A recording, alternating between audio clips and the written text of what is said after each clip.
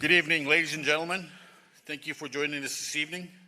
My name is Stephen Buffalo. I'm from the Samson Cree Nation up in Treaty 6.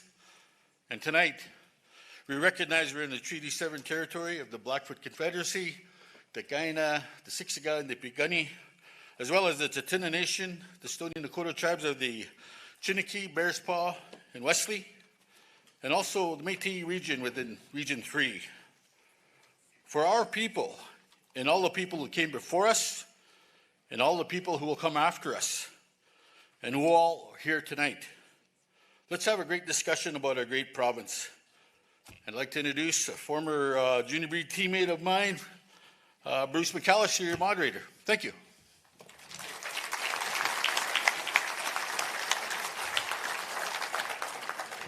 Thank you, Stephen Buffalo. I should mention to you all as well, Stephen is a scout for your Lethbridge Hurricanes, so if things don't go well, you know where to pin the blame.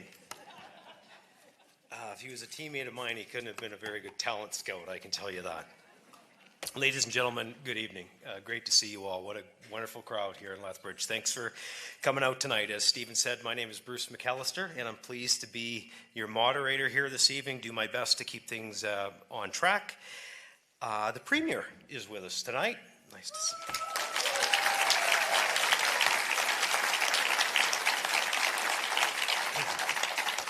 We have an amazing panel assembled. It's my job tonight to try and make sure you hear from them all at some point, although we want to hear from you more. I want to make sure that you get to hear from you hear from every one of them at least once, so I'll do that tonight. But like you, I've had or like you, I should say, they're passionate about this province, and they've given us some time over the last few months to travel with us from city to city. I'm not even sure what number this is, maybe seven cities. So they've given a lot of time, and they bring a lot of expertise and perspective. So we're really happy to have them. I'll introduce them momentarily. But again, thank you all for coming. The point of the evening from our perspective tonight is to get your perspective on the issues. It's been an interesting 10 years or so with Ottawa, so that's what we're here to talk about tonight. Some of the things, the way they're structured, what we might do differently, what your opinions are of those. A couple of housekeeping rules. I know this won't apply to the great majority of you here tonight, but I have to say it every time we do this. Please be respectful. Mind your language. Don't use any that Stephen might have in the dressing room way back when. We ask that you limit yourselves to one question at the microphone, and that is so we can hear from as many of you as possible, and I'll explain a little bit more about that as we get set up here. We'd like the questions to be on topic as well. So the evening will be separated into 7 sections. We'll play these videos, and then we'll discuss that video, and we'll have some time at the end as well if something to do with Ottawa didn't come up, or if we ran out of time in a particular section and you want to address it at the end. So again, more to come on that, but before I explain any more, let's meet our panel. First of all, please welcome the Premier of Alberta, the Chair of Alberta Next, Premier Smith. We have MLA Brandon Lunty with us. Brandon, thank you. MLA Tara Sawyer, recently elected in Olds Didsbury Three Hills. Dr. Benny Zhu is here, a registered acupuncturist, 30 years experience. The President of the Business Council of Alberta, Adam Legg, is here. The President and CEO of the Indian Resource Council of Canada, you've met him already, that's Stephen Buffalo. From the University of Calgary, an economics professor, fiscal policy expert. It's really fun to listen to him and Premier talk about issues. Dr. Trevor Toombs with us tonight. The Honourable Bruce MacDonald, former Alberta Court of Appeal Justice from 2009 to 2023. Bruce. We have a family and emergency room doctor from from Didsbury, and that is Dr. Aiken Osakwati. Dr. Aiken. Pretty strong rural advocate, certainly, is MLA Glenn Van Dyken, who we'll hear from tonight as well. Glenn. Another leader in agriculture, Melody Garner-Skiba, will talk to us about agriculture. Melody, welcome. The chair of the Premier's Council on Multiculturalism is Sumita Aman. Please welcome her. From the Fraser Institute, Andrew Judson. The president and CEO of Whitecap Resources is Grant Fagerheim. And we have a few panelists away tonight, Minister Rebecca Schultz and Michael Binion. We always miss them, but anyway, you all will have to pick up the slack tonight, okay? So maybe to set the stage for us, to set the scene a little bit, as I mentioned, it's been an interesting decade dealing with Ottawa. So these are some of the issues we're going to discuss about what some of the alternatives might be, what some of your suggestions might be. Before we get into that, let's welcome Premier Danielle Smith to greet you.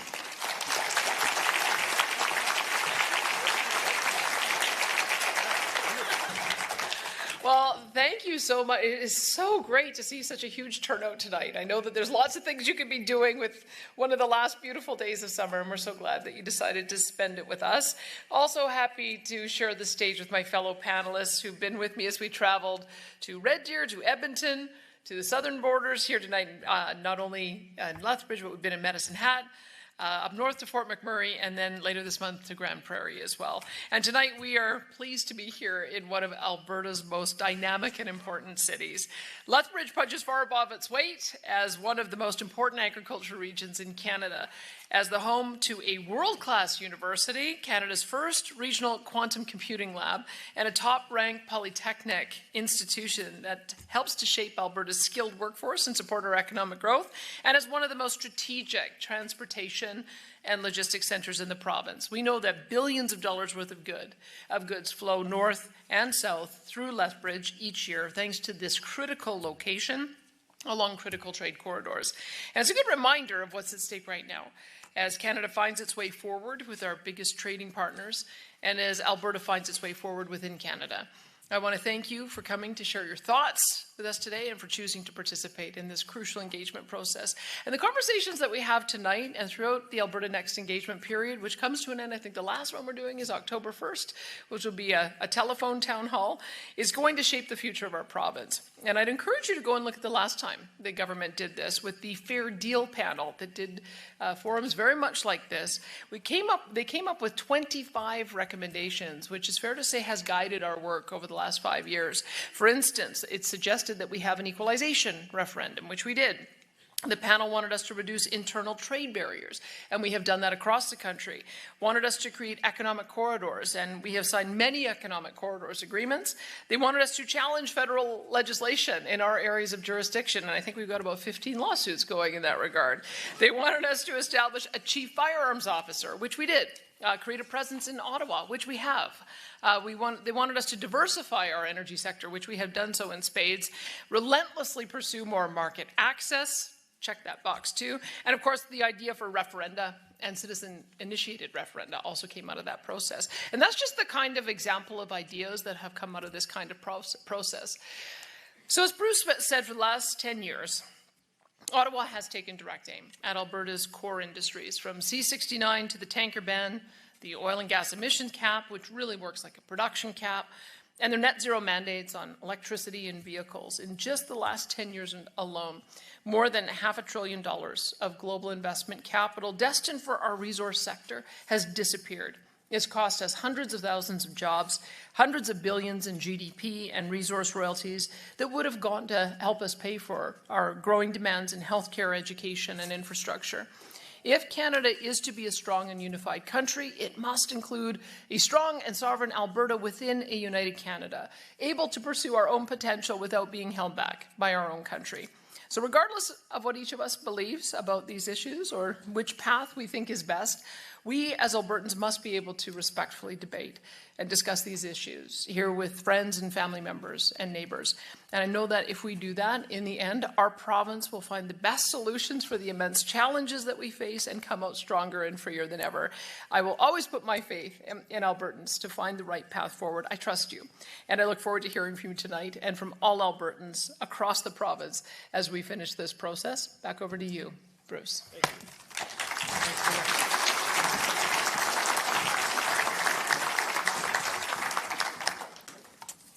All right, thank you, Premier. As I said earlier, we have 6 videos to prepare to watch tonight and then discuss.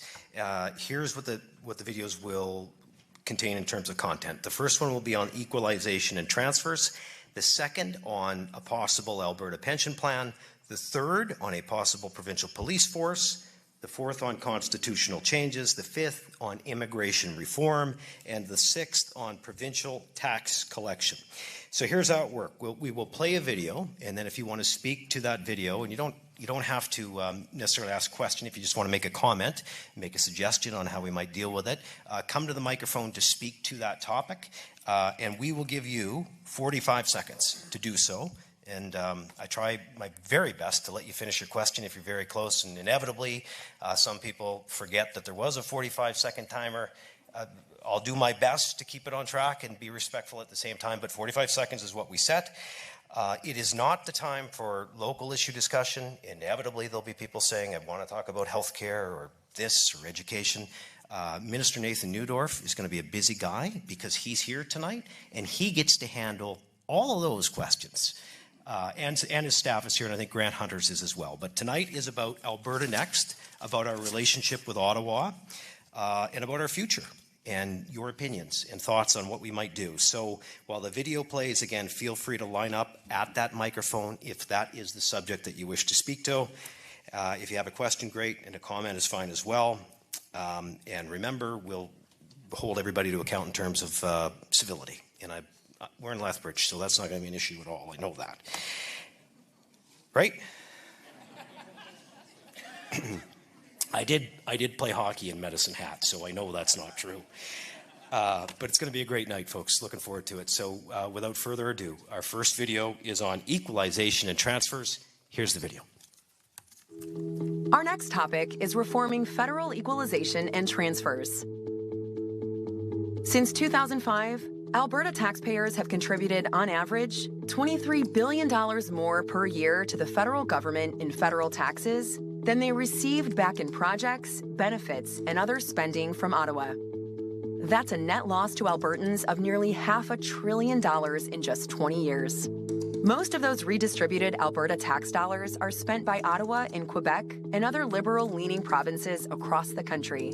And part of that massive fiscal transfer out of Alberta comes through the Federal Equalization Program, which has seen Alberta pay over $67 billion into the program since 1957, while receiving back not a single penny since 1965. In 2021, Albertans voted in a referendum to remove equalization from the Constitution, but Ottawa completely ignored us. So what next? Alberta can't stop these federal transfers on its own. The Alberta government doesn't write a check to Ottawa each year, and we can't ask Albertans to stop paying their federal taxes. The fact is, fixing this problem will require political support from other provinces. One option that would be appealing to most other provinces is to have the provinces collect a larger share of overall taxes. This is how it could work. Currently, Ottawa collects over 60% of all the federal and provincial taxes that Canadians pay. The Ottawa bureaucracy takes its portion, with the remainder inefficiently and unequally distributed to the provinces. The dollars we do get back have a lot of strings attached, forcing us to run our provincial programs and build infrastructure the way Ottawa wants us to. No provinces want that, especially the big ones like Quebec, Ontario, BC, and Alberta. What if we cut out the middleman and instead had provincial governments that are responsible for delivering health, education, and social services collect around 60% of all taxes, with Ottawa receiving the rest? Ottawa, in turn, would be able to end most transfer programs to the provinces, along with all the strings, bureaucracy, and waste attached to them. Quebec has already proposed having the federal government let provinces keep GST revenue generated in their provinces in return for ending the federal health transfer. Seems like a great idea. Why not apply that same logic to all federal transfers? Less money collected and wasted in Ottawa. Less federal transfers with only a modest amount of equalization for the smallest provinces and territories that actually need it. And more funds for provincial health, education, and other programs, without strings attached by Ottawa's politicians and bureaucrats. That seems like something most provinces could rally behind. So what say you, Alberta? Should Alberta take a lead role in working with the other provinces to reform federal transfers and equalization by having the provinces collect a larger share of overall taxes, with Ottawa collecting less? And are there any other strategies Alberta should be looking at to alleviate the massive federal fiscal drain to Alberta? For more information, visit alberta.ca/next.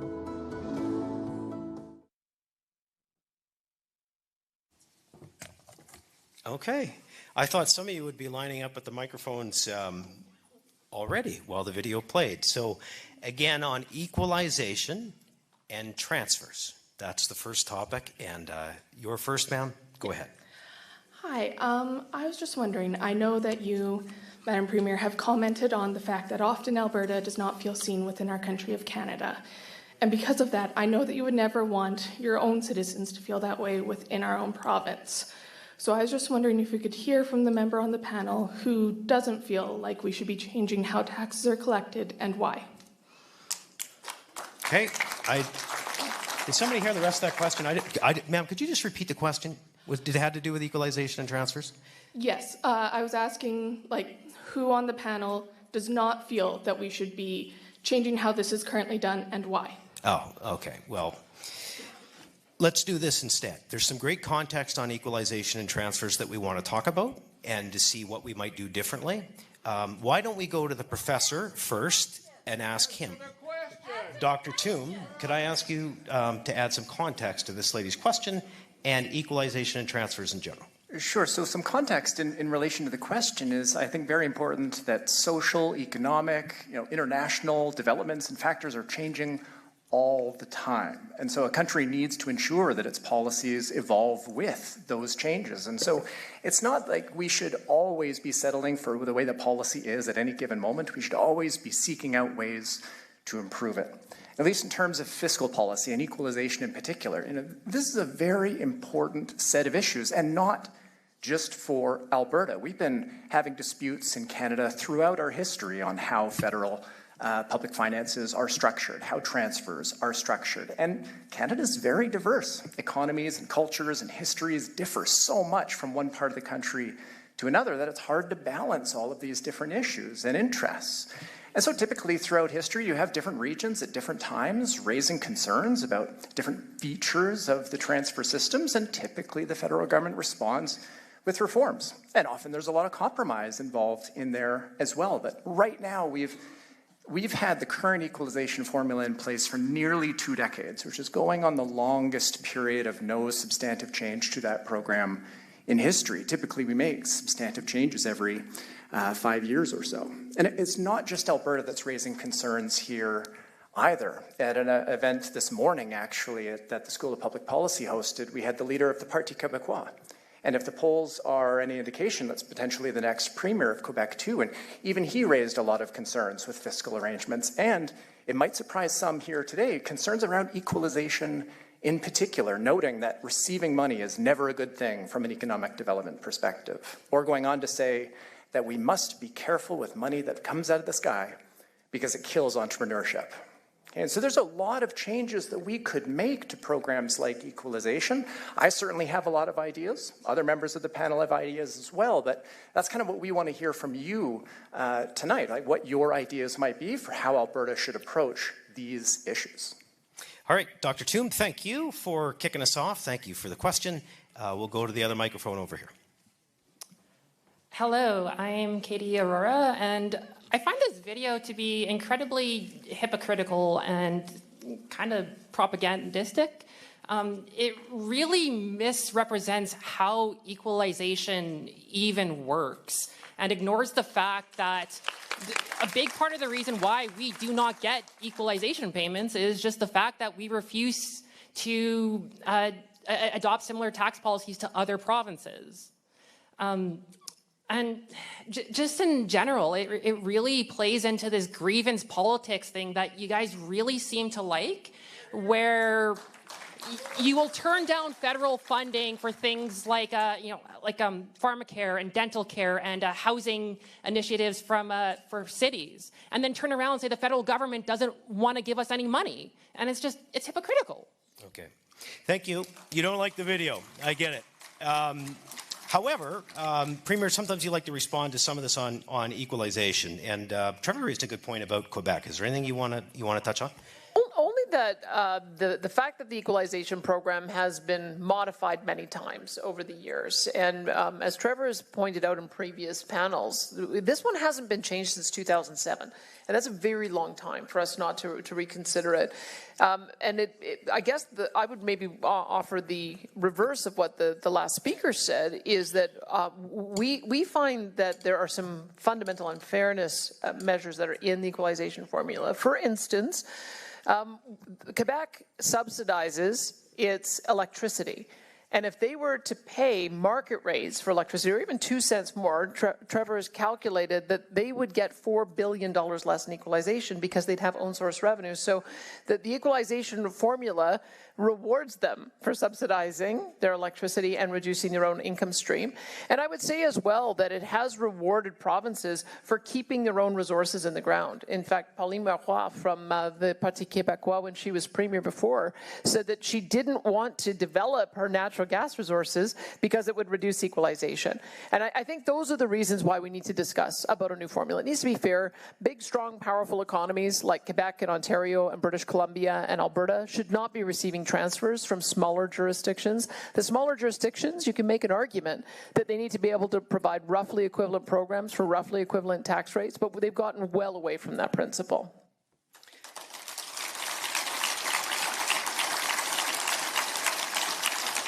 On equalization and transfers, go ahead. I've been following a few YouTubers like Mr. Sunshine Baby and Moose on the Loose and things like that. And I find that we pay 5 times more taxes than any other province. And with the equalization payments, that I think that is part of the taxes. And Ottawa keeps taking our money and they don't care about Alberta. And I think we should do something different other than equalization, and that if we want to support the smaller provinces, like you said, then we can give them directly rather than give it to Ottawa. Thank you. Thank you for the comment. We'll go over here. Oh, yes. Hello. My name is Ted Poppet from Lethbridge. Hey, Ted. And I have 2 questions, really.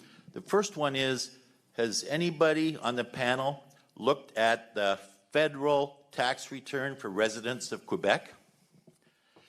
If so, you would see that Quebec, and Quebec only, excuse me, gets to deduct off their total federal tax amount 16.5%.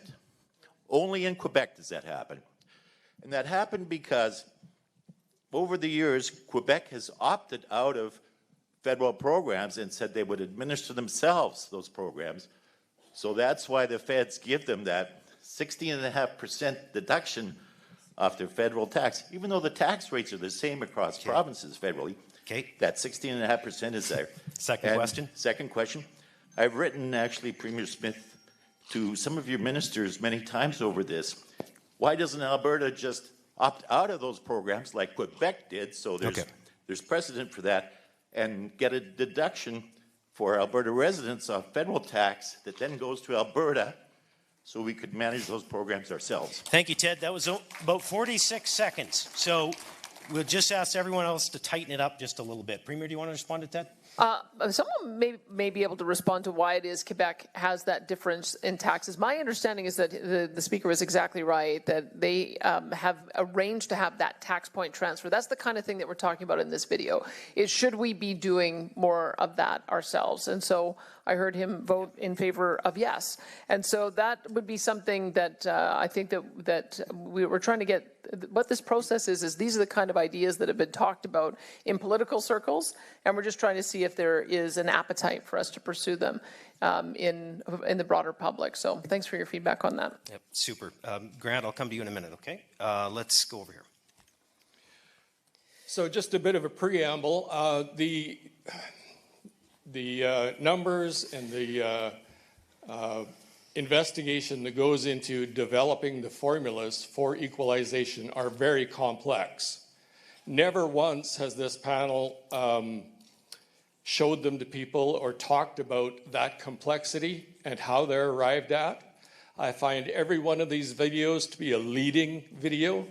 They're trying to drag the viewer to a certain point.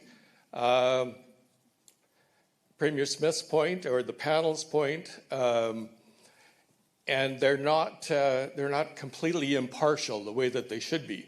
Neither are the figures that are presented. There's no background to the figures. You're just spewing them out and saying, here we are, we tell the truth every time we open our mouths. And we know that's not true, especially for politicians. Let's go over here. Go ahead. Hi there, my name is Richard.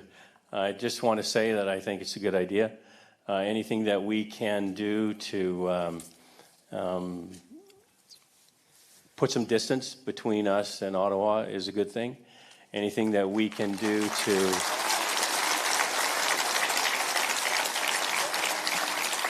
I think most people here would agree with that.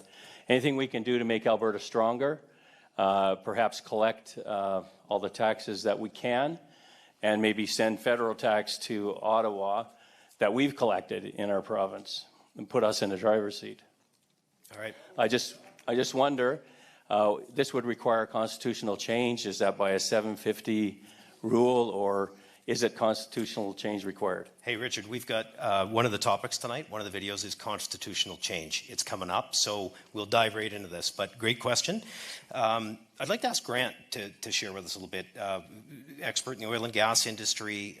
Did you want to speak to this topic, Grant? Yeah, sure. Just a couple of comments.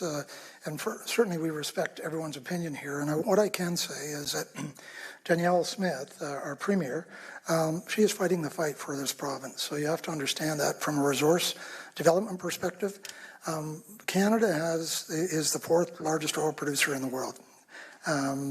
We produce 5 million barrels a day of production.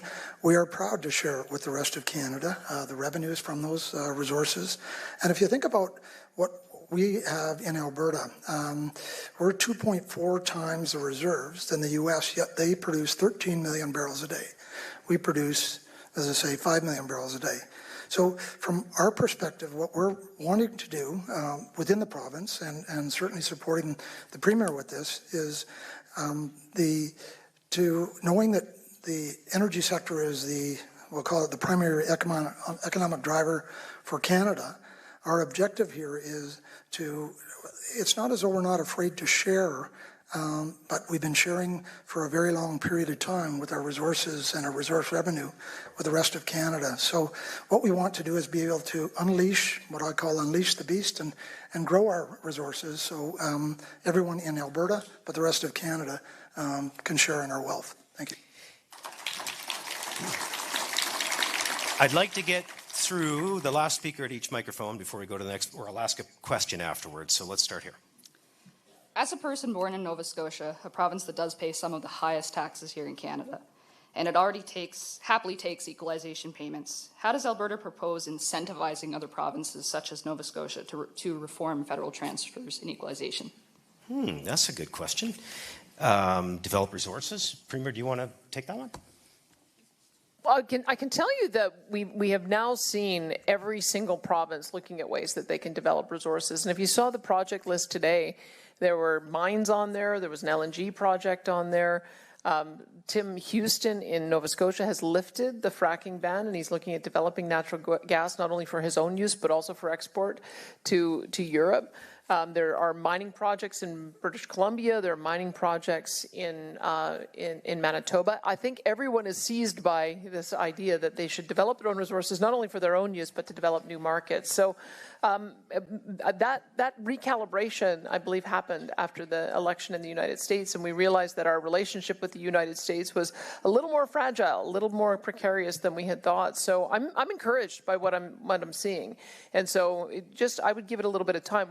The other part I would say is that the smaller provinces are just going to have some difficulty in being able to provide the same level of programs for the same tax rates, just because you get economies of scale by being larger. That's why I think it's so offensive to jurisdictions like Newfoundland and Labrador, who's one of the most indebted jurisdictions and has one of the smallest populations, that they're considered a net payer into Confederation, and Quebec is a net recipient. I don't think this program was ever designed to have Newfoundland and Labrador, who has done the work of developing their resources, now get punished by having to transfer that wealth to a big, powerful province like Quebec. And that's part of the reason they've launched a constitutional challenge to it, joined by British Columbia as well as Saskatchewan, because they don't think that's fair either. So I think that's part of the reason why we need to have this conversation to be able to fix it. You bet. It reminds me of a story about the ant and the grasshopper. Over here for the last question. Hi, Kevin McBeth from Lethbridge. I just want to make sure I understand, because I actually was able to take a course with Dr. Trevor during the pandemic explaining that very difficult formula built on fiscal capacity and need. And I appreciate that in 2007, Stephen Harper and Jason Kenney, Calgary residents and Conservatives, formed that policy that, as has already been addressed, actually lets Quebec put a thumb on the scale. I would like to know what happened when we decided to take our already low corporate taxes and personal rates and cut them down, reducing our fiscal capacity compared to the fiscal average, and what would happen if we had still maintained those tax levels as still the lowest in Canada, and how that would actually benefit provincial coffers and actually not allow as much money to be transferred to the federal government. Okay, so you think raising taxes may mean more revenue? Trevor, do you want to? Yeah, quick answer is it wouldn't actually do anything directly to how much different provinces would receive in equalization. Wouldn't matter for Alberta qualifying or not. There'd be some subtle, indirect second-order effects that we can talk about afterwards, and I won't waste anyone's time, but there's really no direct connection between either our corporate rate or even our sales tax rate and how the equalization formula works out.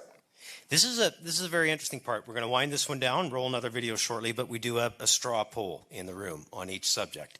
And it never seems to line up with the microphone, at least at the beginning of the evening. So here's the question. Should Alberta take a lead role in working with the other provinces to reform federal transfers and equalization? Who says yes? Who says no? Pretty decisive. Thank you. So we're through one topic. The next subject we'll talk about, and we'll play a video to set up, is the Alberta pension plan. Here you go. Our next topic is creating an Alberta pension plan with the same or better benefits than the Canada pension plan. With a younger and more productive workforce, Alberta workers contribute about $3 billion more each year to the Canada pension plan than Alberta seniors receive in benefits. Alberta has the constitutional right to exit the CPP. And if we did, federal legislation says that Alberta would be entitled to a sizable share of the CPP assets that we could use to start our own provincial pension plan, so long as we guarantee comparable pension benefits for seniors.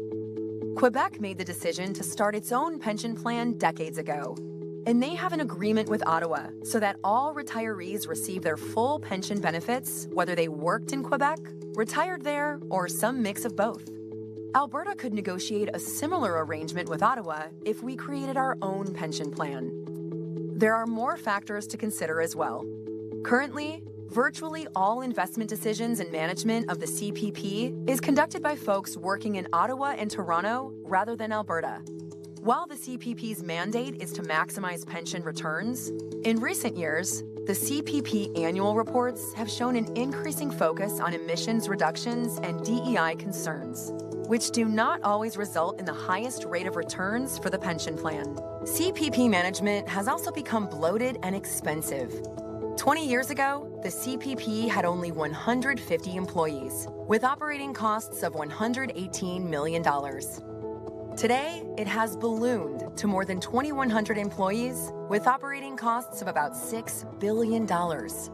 If Alberta opted to commence its own pension plan, the fund would be managed out of Alberta by Albertans, and investments could be focused exclusively on maximizing returns rather than adjusting for carbon dioxide and DEI-related objectives. With that all said, the CPP has consistently generated healthy returns and is a stable and critical source of income for seniors in Alberta and Canada. So, what are the benefits of Alberta choosing to withdraw from the CPP to create its own pension plan? 1. A big upfront payout. Alberta would get back a significant lump sum by exiting the CPP. The chief actuary in Ottawa has indicated our share would be at least $140 billion. That's plenty to start and build a strong Alberta pension plan from day one. 2. Better benefits for seniors, lower premiums for Alberta workers. Thanks to our younger, more productive population, an Alberta pension plan could result in Alberta workers paying lower pension premiums on their paychecks, or seniors enjoying higher pension benefits, or a mix of both. 3. Local control and boosting our economy. An Alberta pension plan would be managed right here at home, creating more jobs and growing Alberta's financial sector. We would also be insulated from the economic and demographic decline in Canada. Our investment decisions could also be steered clear of ideological decision-making and instead remain focused on the long-term rate of return for Alberta pensioners. But there are some risks to consider. 1. Uncertain payout. The CPP exit rules aren't clear in the federal legislation, and Ottawa is notoriously anti-Alberta with its decisions. So the size of the lump sum Alberta is offered could be lower than it should be. This could result in a lengthy court battle with the federal government, and it could lower our ability to increase benefit payments for seniors or lower premiums for workers. 2. Long-term risk. As with any pension plan, If the plan is mismanaged or Alberta's economy and demographics fall behind Canada, premiums would have to rise in the future in order to guarantee our seniors the same benefits they enjoy today under the CPP. Regardless, as with Quebec, Alberta's government would still be able to guarantee that an Alberta pension plan provide the same or better benefits to Alberta seniors as they now enjoy under the CPP. 3. Portability concerns. The Quebec pension plan and CPP have an agreement in place to ensure pensioners get the same single pension, regardless of where they worked or lived in Canada during their career. Alberta would expect a similar arrangement with Ottawa, but it is not guaranteed. So, should Alberta withdraw from the CPP and use Alberta's portion of the CPP to create our own Alberta pension plan? Or should we continue with the CPP as we do now? Looks like the lineups have grown a little bit on this issue. So here we go. Start here. My husband was the chair of the Special Forces Pension Plan for many years, and he was also on the executive for a total of 11 years. This included several conferences and connections built with pension people from around the world. He completed the Canadian Securities course as well. He remains very interested and continues to monitor pension plans. The Canada Pension Plan is considered to be the gold standard in pension plans. Albertans have not been fully informed about the liabilities owing to the CPP if the NAPP is started. The true costs either haven't been established or are not shared with the public. My question is to the Premier. You told Albertans during the last campaign that you would not pursue an Alberta pension plan. Will you now call an election so that Albertans can vote on your actual plans rather than the misinformation given in the previous campaign? Well, that's what... No to the election, but that's what this is all about. I mean, the first panel said for us to do a report and then put it to the people in a referendum if they wanted to have an APP. And so we're trying to gauge whether people even want to have that vote. So we did the report. We put the money out as what we thought Morneau Chappelle thought the transfer would be. The federal government came back with an actuarial report, which was a little closer, I think, to what Trevor Toombs' calculation would be. And we're trying to gauge whether people want to have this go to a vote. And if they do, we'd put it to a vote of the people through a referendum in the spring. But that's what this whole process is about. To your point, though, about the CPP, I often feel like sometimes people have a kind of a mythical memory of how things used to work as opposed to how they work today. And when it first began, it was a passive fund. It was managed based on ETFs with a very small management expense ratio. And it really was one of the best in the world. I spoke recently with somebody who was talking to the head of the Norway fund, and they actually said that the CPP is not very well run. They have a discretionary investment policy. They have too many actively managed assets. They have a risky investment portfolio with a high proportion of non-marketable investments. Most successful sovereign wealth in the world has none of those features. So over time, they've gone from $150 million in management expenses to $6 billion. And they're getting worse results now with their active management than they did under the passive management. So I think we just have to be realistic and understand that it has changed over time. And that's why we have to ask if Albertans are getting the best value for it. And we'll see if people want to go for a vote on it. Really appreciate the comment, though. And I know we're going to go to Trevor and we're going to go to Andrew on this in a minute, but first there's some long lines, so let's go over here. Hi, I'm Maria Fitzpatrick. I'm a senior. I began paying into CPP in 1968 when the first contributions were being collected. I paid into that fund for 39 years. But when I started, I had a discussion with my father, who had a small business, about whether that was a good thing or a bad thing. And my dad said to me, this is probably the best thing that's ever happened in Canada. He said, because people need to think about when they retire. And at the time that fund began, there were seniors who were in absolute poverty because they didn't have enough income to come in. I have watched my CPP throughout my career. I retired the first time in 2015. I retired the second time in 2019. Do not touch my CPP. I want to know when you are going to stop playing with this absolutely ludicrous idea of an APP. And if you want to look at the costs, look at the number of the change in population in Canada from when it began to now.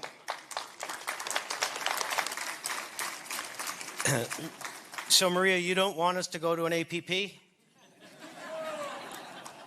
Thank you. But what I must say is you cannot opt out of the Canada Pension Plan without offering equal or better benefits. Right. So any current recipient of CPP benefits would get the exact same and probably better because Alberta contributors have overpaid into the fund their entire lives, and so they would be entitled, in my view, to some kind of rebate on their overpayment. Okay.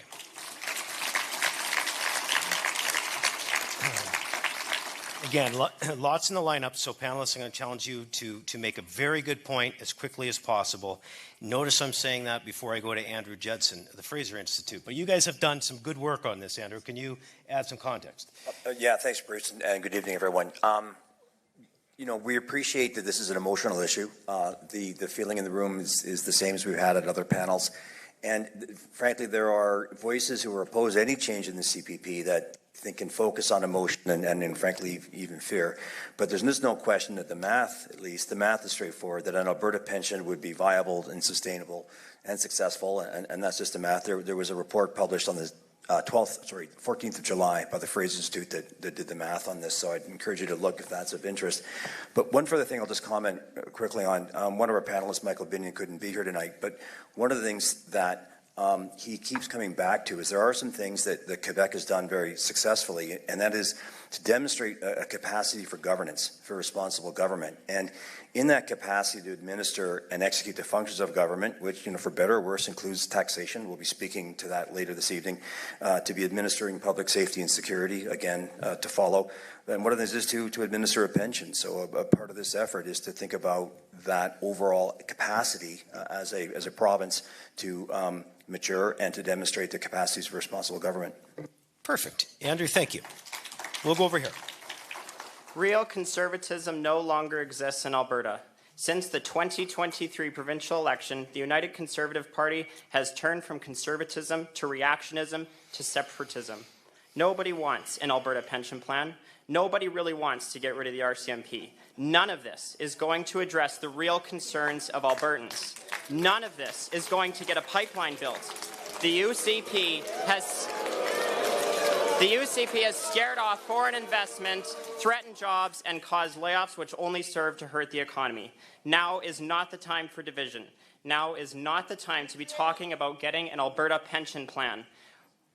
Premier Daniel Smith, how can you say that Albertans like the idea of an Alberta pension plan when the Alberta Next panel is using extremely biased videos to try and get people to answer questions the way you want them to answer them? Here's what we'll do. Premier, can I take this? Could maybe Adam Legg comment on the investment climate? Yeah, sure. Adam is with the Business Council of Alberta. He could. But I was just going to say, sir, to the question, we're going to ask everybody in this room a straw poll on this question afterwards. So we'll see if everybody agrees with you or not. Okay, let's go over here, Adam. Thanks, Bruce. Thanks, Premier. Thank you, everyone, for joining tonight. I know it's these are important conversations. I would say a few things. First and foremost, I mean, my organization, like the Premier states, believe in a strong Alberta in a united Canada. So that's a fundamental piece, important for me for why I'm here. But it's also important because this is really tackling fairness and functionality in the country, because Canada is a work in progress. We haven't quite figured it out yet. It's still, despite our age as a country, we still need to make sure we're fair, treating our provinces fairly, our people fairly, and that the country functions well. In terms of, I mean, some of the proposals are not directly business issues, but the investment climate is such that capital is struggling to come here, and we've seen it in some of the projects that aren't getting built, some of the revenues that aren't coming to Alberta, largely because of federal obstructionist policy. And to send a message to Ottawa that this is just, we are not happy with this. We want to see the things change, but we want to stay a strong Alberta in a united Canada because we still need to do some work. There are some elements of the proposals you heard tonight that are very positive for a business climate. Immigration changes and having more control provincially, that's where we see the business needs and the population needs. I think that's greater control here is warranted. The pension plan could be a potential way for Alberta to differentiate itself, to attract and retain people if there are lower Alberta pension plan premiums. Same on the income tax collection. Crime, our organization just did some surveys of our members, and 94% of members felt that crime and safety was the #1 issue at a local level. So having an Alberta police force could substantially address some of those issues. But, you know, we are critically invested in this province and seeing it succeed, and to chart the path where we can see policy get back to a reasonable level, get fairness and functioning of the country back to a more balanced state. So good. And I think we can be a very strong province so good. In Canada. Over here. Sorry. In Blackfoot, I am Peter Puta. You might know me as David Carpenter.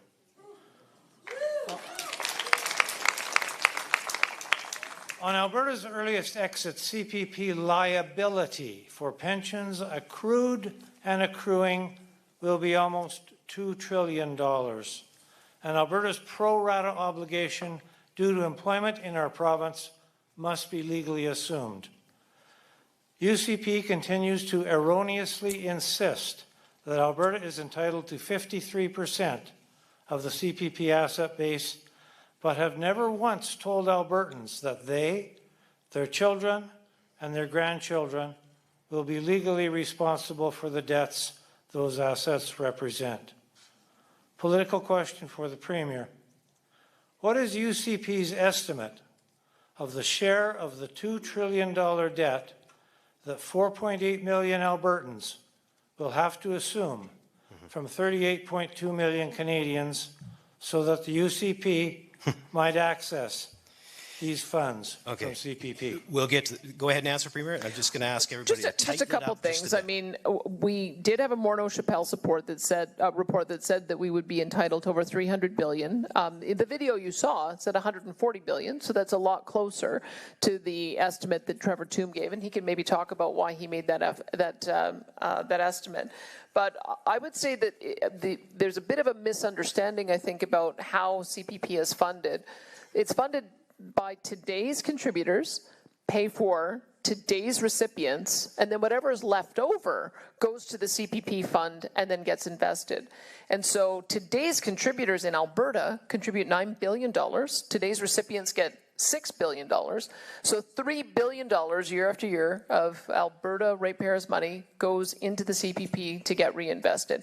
Not every other province has that same level of overage, and so we don't have a fully funded plan. It's just not the way the plan has been set up. It's set up as the you pay as you go, which is why the video suggested that there is a potential risk that if somehow it flips and we end up not being able to attract young people and create jobs, there is a risk that amount of contributions will be lower.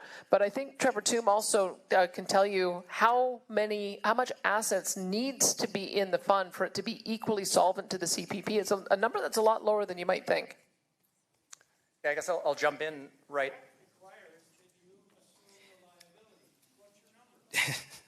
Yeah, I'll jump Trevor, in and maybe answer that question too. As the Premier noted, the CPP currently has unfunded liabilities in it. It's a partially funded plan, and worker contributions make up for that over time. And an Alberta pension plan would similarly be structured to rely on worker contributions to make good on those commitments for future retirees. And so there's nothing novel or the debts that the Alberta pension plan would take on are any fundamentally different than what's currently in the CPP. What Alberta has in terms of an advantage for sustaining a pension plan is demographics. There's about 3 workers per retiree in Alberta compared to about 2.5 workers per retiree in Canada. And that might sound like a small difference, but it's enormous in terms of what you would need as a contribution rate to sustain a plan. And so there are real benefits there. And so to the number the Premier noted, what my calculations suggest you'd need as an initial endowment of an Alberta pension plan to have just the same contribution rate as a Canada pension plan is only about $20 billion. And that's how large the demographic advantage is. But all policies have trade-offs, this one and any other policy you might have in mind. And the trade-off here is primarily risk. What do Alberta demographics look like in 2080 and beyond? And so I think, a lot of us here on a lot of these issues have some priors that come with us, support or opposition, and that's great, and that's fine, and that's what we're here to talk about. But it's important that we all keep in mind that almost any choice we face has benefits and costs, and we need to be clear about what those are and then weigh them against each other. Thank you, Trevor. I have to make a reminder to those in line, 45 seconds, and to our panelists, just tighten it up a little bit, please, because these lines are really long and everybody's not going to get to their questions. So some of you are going to wind up coming back at the end to ask questions when we open this topic up again. But that's the reason I keep reminding people. Go ahead. Okay, my name is Kathy. Hi, Kathy. This government has already spent $1.8 million on the LifeWorks report, $7.5 million on the APP ad campaign, for a total of $9.3 million. Yet the online survey results indicated that only 10% of Albertans support APP. Why is this government continuing to push an idea that Albertans clearly have rejected? And why is this money not being invested in education or health care? Thank you, Kathy. We'll do another survey at the end of this topic. Let's go over here. Hi, my name is John Trocato from Tabor. I was wondering, has there been any thought given to offering an option to Albertans to opt into APP or staying in CPP? Yep, that's a great question. There's a reason we can't. Who can do it quickly? I don't know if I can do it quickly, but my understanding is it's all or nothing. We had the option when the plan was first set up to set up our own. Quebec decided to do that, and so that's what their Caisse de dépôt at Placement is about. That's their investment vehicle for their people's investment premiums. Whereas we decided to stay with the CPP. So my understanding is there isn't a hybrid model. I know that's been suggested before, that let those who want to stay with the CPP stay with the CPP. Let those who want to start with an APP go to an APP. And I think it's because of what we were talking about earlier, is that it's today's payers that have to pay for today's retirees. And so if you had today's payers all go into one plan, and today's retirees all be in the other, there's a mismatch. I think that's part of the reason why you have to be all in or all out. And someone can correct me if I'm wrong. Yep, needed to be addressed too. Go ahead. Good evening. I'm Daniel, not Danielle. I'm having trouble understanding why we are here to begin with this consultation. I'm under the understanding that we elect people to govern us. So please, govern. Please spend our money wisely. I think we need to take care of Alberta first and not have all these other little pet projects, which I'm not sure where they're coming from, like APP. Stay in your lane. I think somebody used in the news a little while ago. Stay in our lane, Alberta. I believe we spend approximately 50% of our budget on health. Daniel, we're over. You're joking. No, I'm not. 33% Daniel, just hang on a second.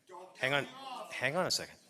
If you want to ask a question, if you want to ask a question, get to it. I will give you the question. All right, quickly. Can you turn on the microphone, please? Thank you. The question is, when are we going to decide to take care of the business in Alberta, like health and education, instead of all these other... All right, gotcha. Okay, let's go over here. Thank you very much. You're welcome. Let's go over here. Name is Richard. As far as I can see, the risks of the APP are essentially the same as the risks with the CPP, other than maybe the risk with the APP is a little bit narrower, confined just to Alberta rather than all of Canada. but there's no foreseeable reason why the demographics would change or Alberta productivity would change. So I think the numbers work out really well. I think it's a great idea. And I think we should bring the Alberta pension plan here, because governance from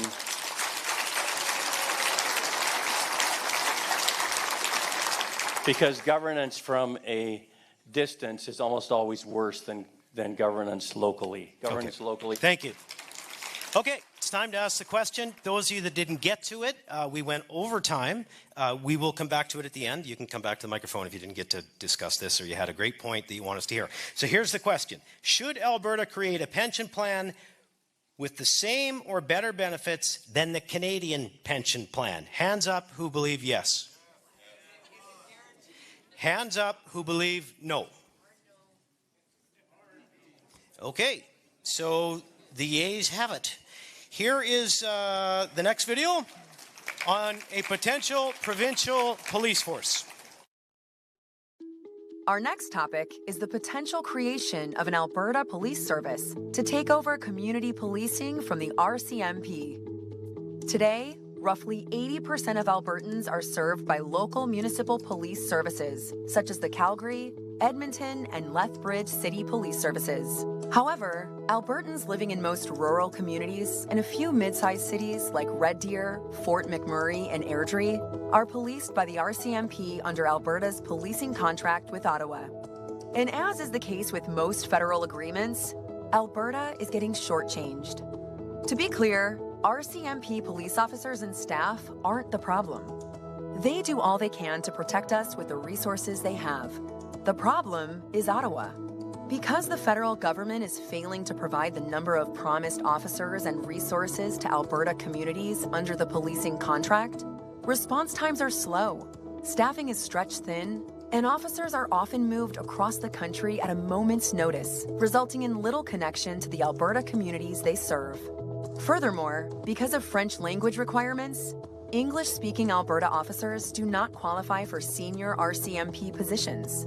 And ultimately, the RCMP's policing priorities are chosen by the federal government in Ottawa, rather than the provincial government in Alberta. Even the federal government itself has recently stated the RCMP should transition away from contract policing when current agreements expire in 2032. Ontario and Quebec have had provincial services for over 100 years. Why not Alberta?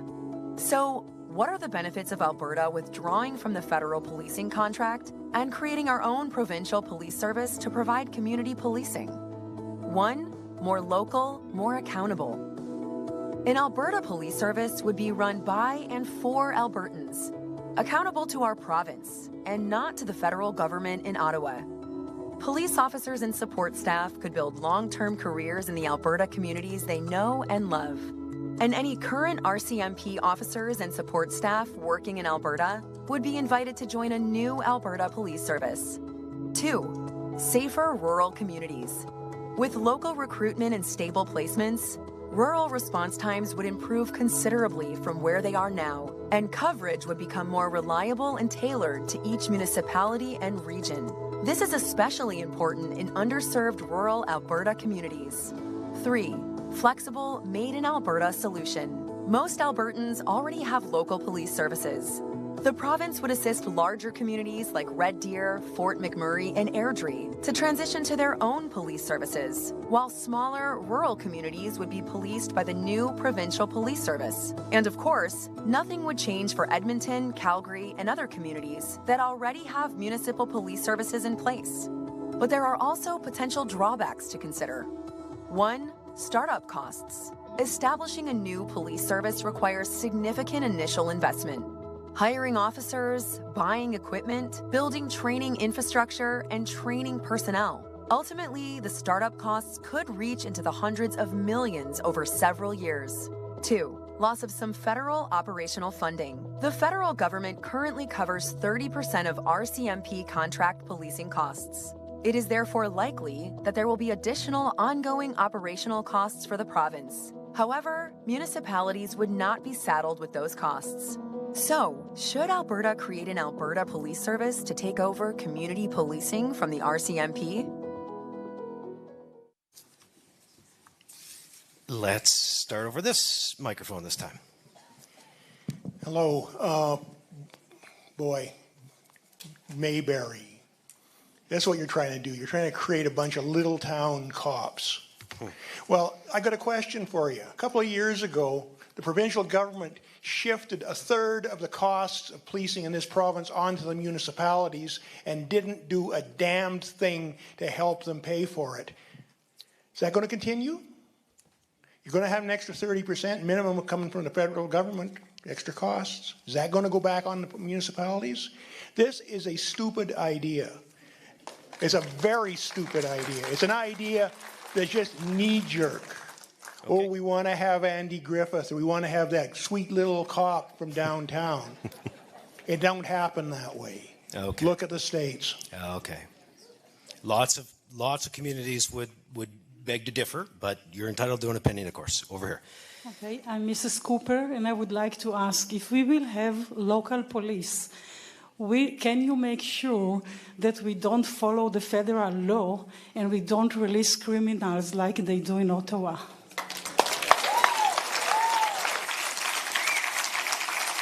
Well, this is a perfect time to introduce you to Justice McDonald, who can give us a little bit of history on Alberta Police, and also to the lady's question, Mr. McDonald, on the catch and release system that the federal government employs and what we're able to do in Alberta. Okay, I'm going to try and keep it short in regard to our timing here. I have about 4 comments to make. First of all, Alberta did have its own provincial police from 1917 to 1932 when Ottawa unilaterally decided to withdraw the RCMP from Alberta as its provincial police. So Alberta was forced on very short notice to create its own force. It was called the Alberta Provincial Police, which ended up being very, very well regarded by Albertans as a professional force. Unfortunately, in 1932, the province's financial circumstances were dire, probably on the verge of bankruptcy, and so the force had to be folded, not for operational reasons, but for financial reasons. Number 2, we now know, as of March of this year, that the federal government, in a white paper it released, that is contemplating very seriously that the RCMP get out of contract policing altogether. So it's the way it looks now, it's not even going to be a choice for the province. They're going to have to do like they did in 1917 and get a provincial police force in place where the RCMP currently does the policing. The third comment I would make, this is, I think, our 6th or 7th town hall, and in the areas that are currently policed by the RCMP, when we do our straw polls, the support for an Alberta provincial police is anywhere from 90 to 100%. So I think that tells you a lot about the people that out in the areas, not Lethbridge, you have your own police force here, not Calgary where I'm from, we have our own police force, but they're very concerned, and part of that problem is that the RCMP is constantly undermanned. Lastly, with respect to the catch and release, that's nothing the police have any control over. That's in the courts, and specifically that's governed by the Criminal Code of Canada and the provisions dealing with bail reform. Now, I know our Premier is working with other premiers to try and get Ottawa to change those so it makes bail, particularly for dangerous offenders, much more difficult to obtain. All right. Packed a lot in there, but it was worth it. And I'll come to a couple of more on rural crime in a second, but let's go to the lines. So, sorry, go ahead. Good evening. Thank you for all your work you're doing. My question would be, if we have our own police force, would we have more control over our legal gun owners not being harassed by Ottawa as much?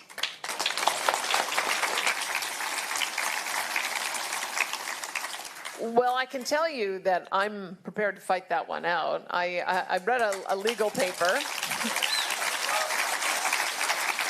I read a legal paper that said that yes, the federal government has control over criminal code, but provinces have control over administration of justice.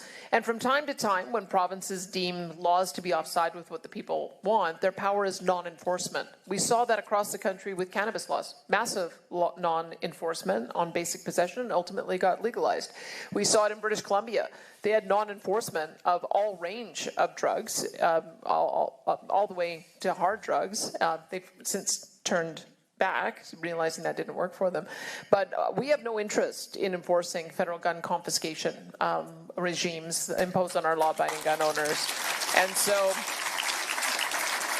we have, but to your point, I do feel like we would have more direct control over the sheriffs, for instance, who report to us, as opposed to RCMP that has its own command and control structure through not only its own hierarchy because they're a paramilitary organization, but ultimately reporting to the federal public safety minister. Go over here next. Again, it's John Trocado from Tabor. I'm just wondering, there's been rumors, and well, more than that, there's been circulation that rural municipalities and small communities are going to see a 57% increase with what they're going to have to pay for their policing, their one-third policing through the RCMP. This is becoming very unaffordable for small communities and rural municipalities. Sorry, just clarify before you go, that they're going to receive an increase from the current RCMP?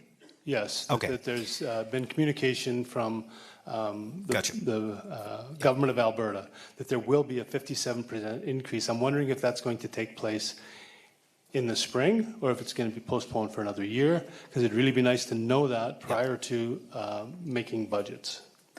I'll have to check with Mike on what the timing is, but this is another reason why it's complicated when we don't control the budget or the negotiations, is that the negotiations are done outside of our jurisdiction and mandate.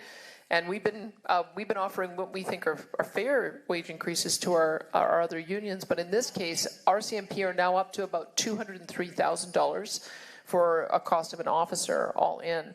And one of the things Grand Prairie found, because they just said, gee, I wonder if we can get a cost savings by moving to our own police service. They could, but they chose instead to get a full complement of officers. So they're going from 55 officers under the RCMP to 90 officers when they unroll next year, and ultimately growing to a force strength of 110. And part of it is just they're able, with it being closer to home and different priorities, that being able to have a lot of competition. I think we did a call for resumes and 200 people signed up for it.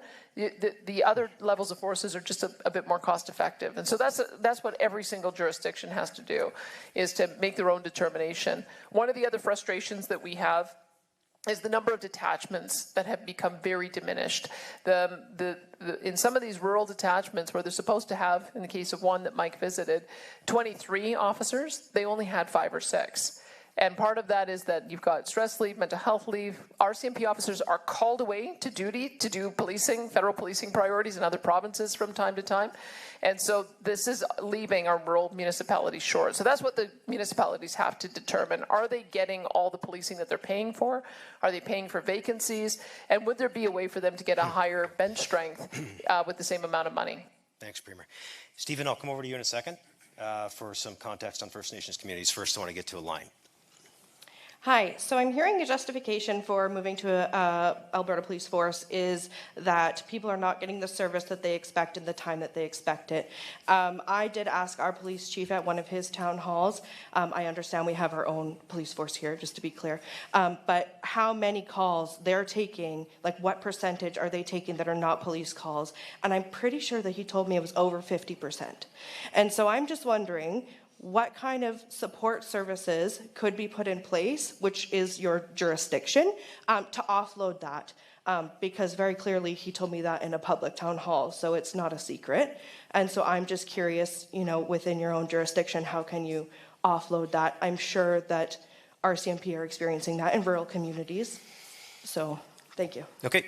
Thanks for the question, Premier. I know we've increased sheriff presence on some of our forces. Do you want to quickly address this one? Before we go to Well, Stephen? just a couple of things. What we've done in Edmonton and Calgary is a navigation center where we bring all the social services together under one umbrella. And then when officers are removing individuals from the streets and encampments, they can take them there and they can get the wraparound services and get connected with housing. We're in the process now of figuring out how we can roll that out to our mid-sized communities. We've got a significant problem in Medicine Hat and Lethbridge. It's a little bit different because you want to be able to leverage the work that is being done in local communities, but it's worked very well in our large ones, and we've done it with great collaboration in Calgary and Edmonton.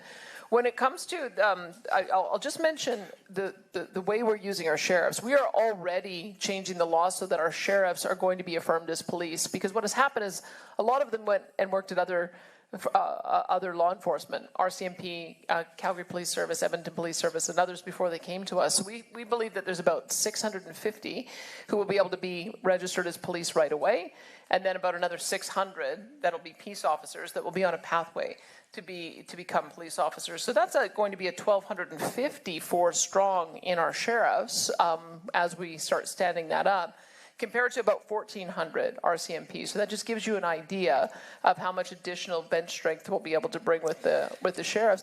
The other thing that we have found is that we have had to build specialty forces out of our sheriffs. So when you hear drug houses being shut down, that's our sheriffs. They do surveillance. When you hear a fugitive apprehension, they've caught thousands of bad guys out on warrants. That's our sheriffs. When you hear the border security squad, that's our sheriffs. And we also have they do executive protection as well. So they are very highly trained. They have very highly trained units. And so I think that's part of the reason why people are saying perhaps the sheriffs could be opening detachments in some communities to augment the forces that are in the area. Okay. And obviously community choice matters a great deal. And Stephen Buffalo would probably tell us that's exactly how it is on the First Nation. Stephen? I can't tell you exactly, but what I can share with you is, thanks, Bruce. You know, the Blood Tribe, obviously very visible. They have their own police service. Up in Calgary, the Tsuut'ina Nation, they have their own police service. And I know Siksika is working on something within their community as far as policing. And obviously, when you look at this, this is about need and safety of community. And, you know, despite the fact you're down south here, you go north in Alberta, you know, the response times are a bit different and who they're dealing with as far as the law of the land. But, you know, when I report this back to some of the First Nations leaders, it's really up to them, you know, to find the financial resources to do it. And there's proof already that it can work. Secondly is having the human resources to fulfill those jobs and what have you. But it can work. Yep, for sure. Stephen, thank you. Over here. I had a question, just a quick comment. First of all, thank you very much for having these town halls. These are awesome. I come from an RCMP family. RCMP are overworked, understaffed. We need this. I live in a rural area. We need provincial policing. You that live in a city, you have it. No problem. That's it. We need it. Hey, ma'am, before you go away, can I just ask you, RCMP family? My brother and my father are RCMP. Okay, so this is a great point to make this point. When we discuss this, just recognize nothing but respect for the men and women Exactly. in the RCMP. Like you said, the transfers, they're not there in the community. They got to go somewhere else. 100%. It's the bureaucracy and the management of it that We need challenging. provincial policing. Thank you. Over here. I'm a rural Albertan. A real rural Albertan, as in very, very rural. And so I can't tell you how we operate on a little different level. We have gates on our property because people will come and take your copper and take your wires and kill your horses and enter your property. So there is a luxury living in a city that has its own police force. No, we love the RCMP that we do have, but it's very limited. We like the sheriffs that we have, but it's very limited. I can't tell you how important connection to your community is when you're a rural Albertan. So thank you for having this conversation because it's very important and our community, I support it and I know many in our community do. So. Hey, thank you. You know, I was just thinking we've got a couple of rural MLAs. So Tara, well, we've got a few, but Tara and Glenn, could I ask you both for some context? I know this issue means a great deal to both of you. Tara, you were recently at the doors. Why don't you kick us off? Thanks. Yeah, my family farms. We've experienced the issue with rural crime, and it is very difficult because our RCMP, the distance, the response, sometimes they, more often than not, they can't come because they're too late. And I'll keep it short. I won't tell the story of chasing down the criminals and him telling me to stop. And but what I will say, when I was at the doors, because I'm representing a rural riding, I was already well aware of the problem. But I did speak with a retired RCMP officer. I was at his door, and he was, just like the lady who spoke, he was fully in support because there aren't enough of them. And he had very clearly said things have changed to the point, actually, he discouraged his son from joining. He was a very proud RCMP officer. Another door was a gentleman who actually is with Calgary Police, but he lives in the rural town because that's where he wants to be. He also said he sees the need because he lives in the community that is underserved. Glenn from north of Edmonton, what do you hear in your area? Yeah, good. Thank you, Bruce. So I come from north of Edmonton constituency that's just about 4 hours drive from one side to the other. Rural crime is a concern that's been probably elevated over the last 10 years that I've been an MLA. But the one thing that I'm responsible for is to ensure that we can have in place the best enforcement possible.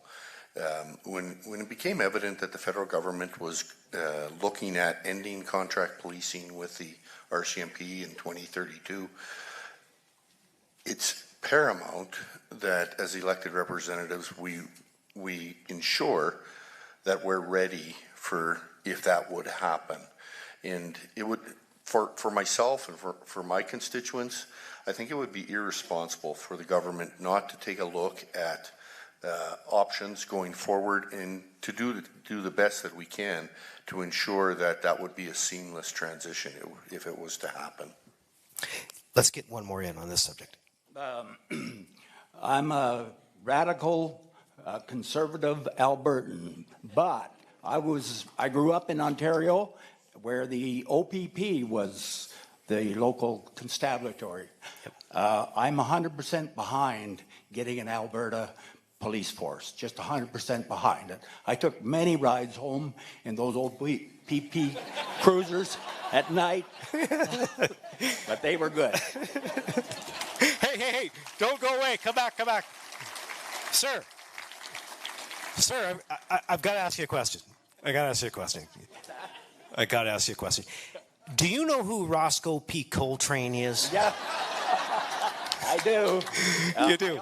I also have 2 active relatives that are RCMP officers and 4 uncles that have retired. Well, thanks to all of them. Thank you. Okay, here's the question, folks. Should Alberta create an Alberta Police Service to take over community policing from the RCMP? Who says yes? And who says no? Besides the guy that came up and said we'd all say no. Sorry, shouldn't do that. Okay, the next subject is the constitutional changes. Let's go to that video. Our next topic is Alberta taking a lead role in working with other provinces to pressure the federal government to amend the Canadian Constitution to empower and better protect provincial rights. The Canadian Constitution, including its Charter of Rights of Freedoms and sections on the division of powers between the federal and provincial governments, is foundational to our democracy. The enforcement of the Constitution by governments and the courts ensures our rights and freedoms are protected, and that our provincial and federal governments generally function as they should. But no document is perfect. Some things that made sense 150 years ago may no longer make sense today. That is why the Constitution contains an amending formula that permits the Constitution to be altered should enough provinces and the federal government agree to it. Over the last decades, several outdated and unfair problems with the Constitution have been identified, but no tangible progress has been made to fix them, due primarily to a lack of federal and provincial leadership. Examples of proposed constitutional reforms include the following. 1. amending the division of powers to indicate that core areas of provincial jurisdiction, including over natural resources and health, are immune from federal legislation, and to also ensure that in shared areas of jurisdiction, such as agriculture and immigration, provincial laws prevail over federal ones. 2. Imposing constitutional limits on the federal spending power in areas of provincial jurisdiction, including a provincial right to opt out of federal spending measures with proper compensation should they so choose. 3. Adhering strictly to representation by population in the House of Commons. Right now, those living in smaller provinces are greatly overrepresented when compared to those living in larger ones. 4. Either abolishing the Senate entirely or having it actually represent provincial interests as originally intended by mandating an elected Senate with the same amount of senators representing each province. 5. Allowing provinces to appoint their own King's Bench and Court of Appeal justices, rather than having those appointments made by the federal government. 6. Expanding the Supreme Court to allow for more justices from Western Canada and making prior service on a province's Court of Appeal a mandatory requirement of becoming a Supreme Court justice. 7. Eliminating the Ottawa residency requirement for judges on federal courts to ensure more Western Canadian representation. And 8. Mandating provincial approval of the appointment of a lieutenant governor to a province by the federal government. There are, of course, many other potential constitutional amendments that are worth discussion, but this is a start. So, should Alberta take a lead role in working with other provinces to pressure the federal government to amend the Canadian Constitution in order to empower and better protect provincial rights? And if so, which of the amendments discussed or other proposals should the Alberta government advocate for? This one isn't, well, I was going to say isn't as spicy as the last couple, but maybe I was wrong. Let's start over here this time. Good evening. My name is Gregory Ranger. I'm from Raymond, Alberta. My question is directed to Premier Smith and Stephen Buffalo. The numbered treaties were signed by the British Crown. Constitutionally, the province of Alberta and the federal government share the role of response representative to the British Crown. However, Alberta's role is more important as the province holds jurisdiction over land, resources, and healthcare. The federal government has not always been forthright in their role, and we are concerned about their ability to provide funding in the future and their lack of genuine concern for First Nations. We need to protect ourselves from Ottawa. Will the province of Alberta provide for Alberta First Nations people with the hope that they need for their future and become the sole representative to the Crown through sovereignty? Thank you for the question. Let me start. I don't know that Stephen Buffalo is going to agree with me or not on this, but I can tell you that Alberta has a special relationship with Métis nations and Métis settlements, and part of that was that the Métis had that choice if they wanted their principal relationship to be with the federal government or they wanted it to be with the provincial government, and they chose the provincial government. So we established the Métis Settlements Act. We have 8 Métis settlements that are also land-based, and a couple of others that don't have the same status, but they're also land-based. We have Métis Nation of Alberta, and we fund services on those territories. First Nations have their principal relationship with Ottawa. I have offered to assist with advocacy, because I think that we can assist the nations when they're trying to get their issues heard. I feel like that our Alberta nations have the same problem that sometimes Alberta does, that the bias towards solving problems tends to be louder the further east that you go. There's 633 nations that Ottawa is dealing with, and I would say that we have the ability to partner with nations in order to elevate those. We're already doing that when we're building recovery communities on reserves. We are also building health centers on reserve.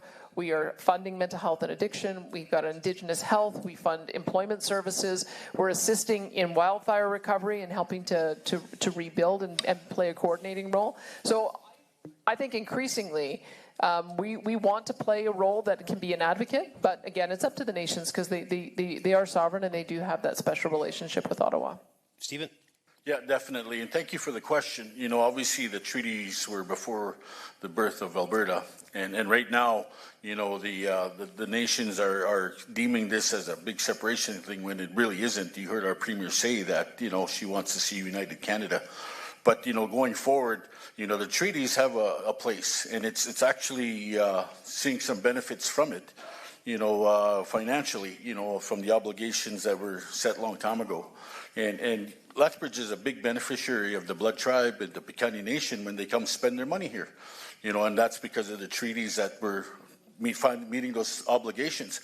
But, you know, going forward, it's tough to put 44 chiefs in front of the Premier in regards to this issue called separation, which doesn't make sense. And I think the province and the Premier have done very well as far as creating and bridging some gaps in certain areas. You know, the creation of the Alberta Indigenous Opportunities Corporation, you know, it's allowing our First Nation communities to participate in infrastructure and natural resource development. So we got a bit of ways to go, and it's just continuing to go hand in hand together in a good way. Thank you, Stephen. I thought you'd have this all solved for us tonight. Not right. Go ahead. Hello, my name is Karma. I have been involved in a lot of situations where there's panels and mediators. My confusion is coming in with the mediator, as I always thought any mediator was an impartial, neutral third party who assisted in disputing parties in conflict or voluntary reaching their own mutually acceptable outcome. Sir, with all due respect, it is very evident where you stand, and may I suggest a different name? Thank you. Thank you. She is not sending me a Christmas card. There is no way. Over here. Okay, so my name's Mark Greeno, and my question is this. Back in the 1980s, we attempted a thing that was called the Triple E Senate, so that every province had equal authority in voting on what went on in Ottawa. What would lead you to believe that now that Ottawa is going to go along with it? I highly doubt it. Yep. No, it's a great question. Like, a lot of people are skeptical, and Premier, you touched on this in your opening remarks about the fact that the Fair Deal panel, some of these things were changed, but he's got a good point. Like, why do we think they'll cooperate? If Michael Binion was here, he would tell you about a paper that he's just written about responsible government. And one of the things he maps out is that the Constitution and our relationship and the powers that we take on, it just differs over time. This territory, as Stephen Buffalo has said, used to be Rupert's land, and then it was the Northwest Territories, and then they split us out, and Alberta became a separate province. And then we were able to negotiate the transfer of resources through the Resource Transfer Act in the 1930s. And as we've gone along, we've just taken on more and more responsibilities. And so we have seen constitutional change. The Quebec government got the House of Commons to agree to a change that acknowledged them as a distinct society. That was one of the things that they wanted through the Mage Lake and Charlottetown Accord. Nunavut was created through, again, that kind of bilateral agreement with the federal government, and they just had a devolution agreement as well. So it is possible for jurisdictions to be able to develop changes in the relationship with Ottawa. I understand your skepticism. I got involved in politics just after Meach failed, and I was on the yes side of the Charlottetown Accord, and that one failed as well. And I think everybody felt like, what's the point in getting these big, massive constitutional conventions together only to have them fail? So we haven't really tried for over 30 years. I guess that's the question, is now the time to try? Are people feeling so frustrated now that maybe there's an appetite with the other provinces to be able to change this? And I know Bruce might be able to tell you a bit more about the amending formula and see if there's any other examples that he can give. Yeah, thank you. Yeah, under our Constitution, there are two different amending formulas. The default provision requires 7 provinces with at least 50% of the population. That covers most constitutional amendments. The exception of that is in Section 41 that requires the unanimity of the provinces. In my opinion, it would only require the 7 provinces and having at least 50% of the population to make to move an amendment and try and get Ottawa to go along with it to abolish the Senate altogether. And my sense is that I think the Triple E Senate was a noble idea, but it's just not going to fly. It's probably going to be more viable given the way current appointments are being made for the Senate to just be abolished. And there probably is some groundswell of support in some of the provinces for that. Thank you, Bruce. Let's go right up front. Hi, everyone. My name is Lindsay Vanessen. I'm the daughter of Hank Vanessen, a small-time egg producer who was arrested this past spring due to alleged quota disputes. I think that we can agree with the recent political climate that the federal government will not acknowledge that supply management is not as perfect as it claims it to be. For example, since inception in 1970s, the number of laying hens a small-time producer can have without requiring a quota in Alberta has not increased. And while the population has, we have not seen that. I know we'd have no support from Ottawa, but I think it is worth reviewing and updating supply management and quota regulations at the provincial level to provide small-time Albertan farmers a fighting chance and to ensure the most robust and competitive regulations in Canada, challenging the monopolies that have subsequently been created since the 1970s. Thank you. Before Lindsay leaves, can I just ask a question? So, Lindsay, what should that number be? Do you have a number that you think would be fair? Because I think it's about, is it 300 eggs a day or something, and you're considered a small producer? Or maybe you can educate me on that. So you're allowed 300, and most birds don't lay every day. So you're looking at less than 300 eggs per day. In Alberta, there's around 165 egg farmers who have quota, and that number has not increased much since the 1970s. So we're looking at basically big areas that have thousands and thousands and thousands of quota, and that just keeps bigging where the small-time farmers don't. So honestly, anything would probably just make it better, like even 500, 800, I think would be a huge change from like 1972. Thank you for that. Terrific. I actually have an idea. Melody, who is on our panel, is farmer, rancher, and all of those things, understands food supply very well. Policies from the federal government impact us way more than people realize. Can you speak to maybe food supply, Melody, and what we're hearing on ag? Absolutely, thanks for that. And I appreciate the question on supply management. I think what's important for us to all realize, and this fits under this constitutional topic we're talking about, is agriculture is a shared constitutional jurisdiction, but the province's desires are supposed to override. That has not necessarily been the case historically. When we look at the decrease in research dollars, it has now put Canada at the back of the 7 OECD countries. When we see the fact that farmers and ranchers can't access risk management programs because they have to have certain environmental programs in place, this is a trickle-down effect that's causing it to drive input prices, cost of production, which is now causing your food to cost more. And I think it's especially important in this area because while we all talk about oil and gas as a province, we know that Southern Alberta, we feed people. That's what we do. That's our priority. So regarding the federal policies, we need to take back the power and make it work for Albertans so we can feed Albertans, feed Canadians. On the supply management perspective, I would say there are amending formulas where they are consistently looking on a regular basis of how to amend supply management formulas and the portion that is served out of Alberta versus the other provinces. So it's something they're aware of and it's something they're working on. But I think we just need to get out of our farmers and ranchers' way so we can grow food.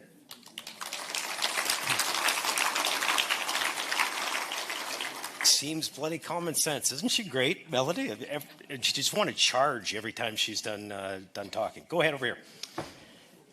Yes. The only decent idea on your list was abolishing the Senate. Other than that, everything was pretty terrible. And conspicuously absent were some actually impactful and important things, such as abolishing the notwithstanding clause, which asshole governments have been threatening to use to abolish trans rights. Can I speak to that, please? Bruce, we are so tight for time. Do you want to? Okay. Yep, of course, Judge. I can't. Sorry, like no, you I just wanted outrank to say, Section 33 is an integral part of the Constitution, just as is every other section. And in fact, the Constitution Act of 1982 likely would not have been passed had it not been for the inclusion of Section 33. So it cannot go. Well done. Thank you. Yep. Go ahead. First of all, I'd like to thank the panel for taking the time to do this. And the ideas of changing the Constitution, the changes that are in there, I think are absolutely 100% spot on. The only question I have is how in the world cross the finish line? Yeah. We can't even get rid of the anti-development law. We can't convince Canada to get rid of the anti-development laws that would only benefit them. How in the world are we, like, to me it looks like a losing battle. Please encourage me. Yep. Premier, didn't we see I don't know if it's time for this or not. Was there a headline that came out recently? Does it relate to this or? What are you referring to? Well, I saw something in my inbox about an hour ago that said the federal government may be moving on something. I don't know if that's all public. I cannot confirm or deny. We're in the middle of discussions. All right, well, let me see. We're trying to get a grand bargain. But again, Bruce might be able to answer this as well, because many of the ideas that were in that video are not necessarily requiring constitutional change, if I remember correctly. Some of them can be done through simple agreement and legislative change, and not everything requires a long, protracted process where you would go through and have to use the federal amending formula or have a constitutional convention. Well, that's correct, particularly with respect to the federal court. That is something that's a pure statutory court and would not require any constitutional amendment. It's legislation that we're going to have to convince Ottawa to make those changes. But that is in no way involves the Constitution. But I will say that we almost at our table, because the premiers meet as a group a couple of times a year, and Premier Moe had put forward the idea that the federal government could not pass laws in areas of provincial jurisdiction without provincial approval. That creates parity in our Constitution, because we're not allowed to pass laws in federal jurisdiction, and they've used their power of disallowance 112 times when we've tried to legislate in their areas of jurisdiction. But they come into ours all the time. And so it just so happened, because of the way elections work, that some were not willing to commit to it because of elections, and then faces changed. But there's been an active conversation about that one, and it would go through the amending formula that Bruce has talked about, that we would pass it in our legislature. If 7 in total did, representing 50% of the population, it would then go to the House of Commons and the Senate, and then that would be probably the easiest way to do it. Maybe you just do it one at a time. You just find the coalition of the willing, and then you advance them one at a time and see how far you can get. Okay, we're going to skip the panelists and go here and here for the last two. Go ahead. My question here is, I noticed we always have, should Alberta take a leading role? I'm wondering, why is it that you feel that Alberta should take a leading role in these questions that involve the rest of Canada? I think I see costs associated with that. Do we have more to gain by us taking control, or are we being asked by other provinces to take control of, or take a leading role, I'm sorry, of these other questions? Thank you. Okay, thank you. We're just hanging on, guys. Go ahead. Hi, my name is Angela Tabak, and I live just outside of Waterton. I agree with all of the ideas shown in this video. However, these initiatives will not be enough. They do not address the root cause of Albertans' discontent, which is the imbalance of power, which was purposefully written into Confederation when we formed as a province. This imbalance must be fully addressed and rectified. In all due respect, which 7 of the 10 provinces do you plan on getting on board that represent 50% of the population? It's not going to happen. The past 4 decades have shown that the East will never relinquish the balance of power they hold over us. No amount of begging, pleading, or lists of demands will actually permanently fix this root issue. Albertans have ridden this roller coaster for way too long. We want off. The only effective option left is a fair referendum on Alberta independence.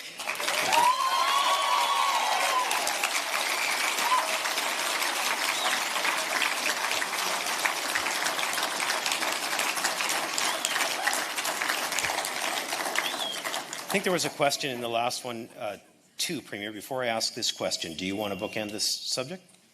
I can tell you that the Premier's table, you would be surprised. Part of our process is that we do communiques on things that we agree on. And we have managed to find at least 6 communiques that I've been able to sign on to where you have unanimous support.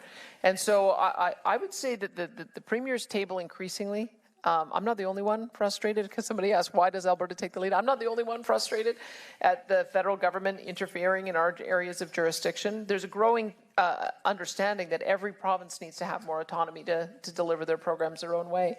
And that's, Quebec is an obvious one that has always stood for making sure that their constitution is respected. Ontario, we signed an MOU with them. They have been the most, Doug Ford has been probably the most outspoken premier I've ever heard is speaking in favor of Alberta resource rights. Saskatchewan, goes without saying that they're a great ally. Alberta, Newfoundland and Labrador is the one who advanced the Equalization lawsuit because they believe it's unfair that they're a net payer into Confederation. They were joined by British Columbia, so British Columbia is unhappy.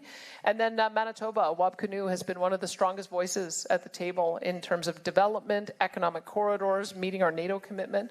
Nova Scotia, New Brunswick, PEI, it's a little more difficult because they're such large net recipients, and Nova Scotia, New Brunswick have such, and PEI all have such an advantage of having way more Senate seats and House of Commons seats than their populations justify. But that's how I get to the 7 out of 10, and that's why I think it is possible. Okay, here's the question for the room. Should Alberta take a lead role in working with other provinces to pressure the federal government to amend the Canadian Constitution to empower and better protect provincial rights? Who says yay? That's not one of the categories. Who says no? Okay, the yays have it. The next video is on immigration reform. Our next topic is Alberta taking more control of the immigration system to counter Ottawa's open border policies, which are driving up the cost of living and are not aligned with the needs of Alberta's economy. In just over 100 years, Alberta's population has grown from a few 100,000 farmers, ranchers, and First Nations peoples to a province of over 5 million, with one of the most prosperous economies in the world. This great success story would not have been possible without new Albertans moving here from all over the world. That is why Alberta has always welcomed newcomers looking to contribute to our province's economic success and unique culture. And we always will. However, as all Canadians intuitively understand, the number of newcomers entering the country each year needs to be sustainable, and everyone wanting to come should be committed to upholding the Canadian values of hard work, love of freedom, and peaceful coexistence. Sadly, Justin Trudeau's Liberals upended Canada's immigration system for over a decade by instituting an open borders policy that permitted millions to enter Canada each year, often without any sort of proper vetting, job prospects, or needed employment skills. The results have been disastrous. Housing prices have skyrocketed. Unemployment keeps increasing as immigration outpaces job growth. And sadly, many of the divisions and disputes that plague other countries have begun making their way into ours. Further, Ottawa has ignored the request of Alberta to cut refugee claimants and student visas, and instead permit Alberta, like Quebec, to select a more sustainable and targeted number of economic migrants better able to contribute to our province's economy. What can Alberta do about the situation? Quite a bit, actually. You see, under the Constitution, immigration is a shared area of responsibility between the federal and provincial governments, which makes sense. Essentially, the federal government gets to decide who they let into Canada, but it's up to the provinces to provide the vast majority of the social programs that newcomers need. So obviously, we should have a say about who is coming here. If Alberta isn't satisfied with the number or economic qualifications of newcomers moving to our province, we may have the option to withhold provincial social programs to any non-citizen or non-permanent resident who does not have an Alberta-approved immigration status. This would likely encourage more sustainable numbers of immigration overall, while supporting the entry of newcomers that can contribute to our provincial economy. If Alberta went this direction, Ottawa could decide to fight Alberta on this issue in the courts, and there would be some additional costs in taking a more hands-on approach to immigration. However, much, if not all of that cost, could be offset in corresponding savings to our social programs.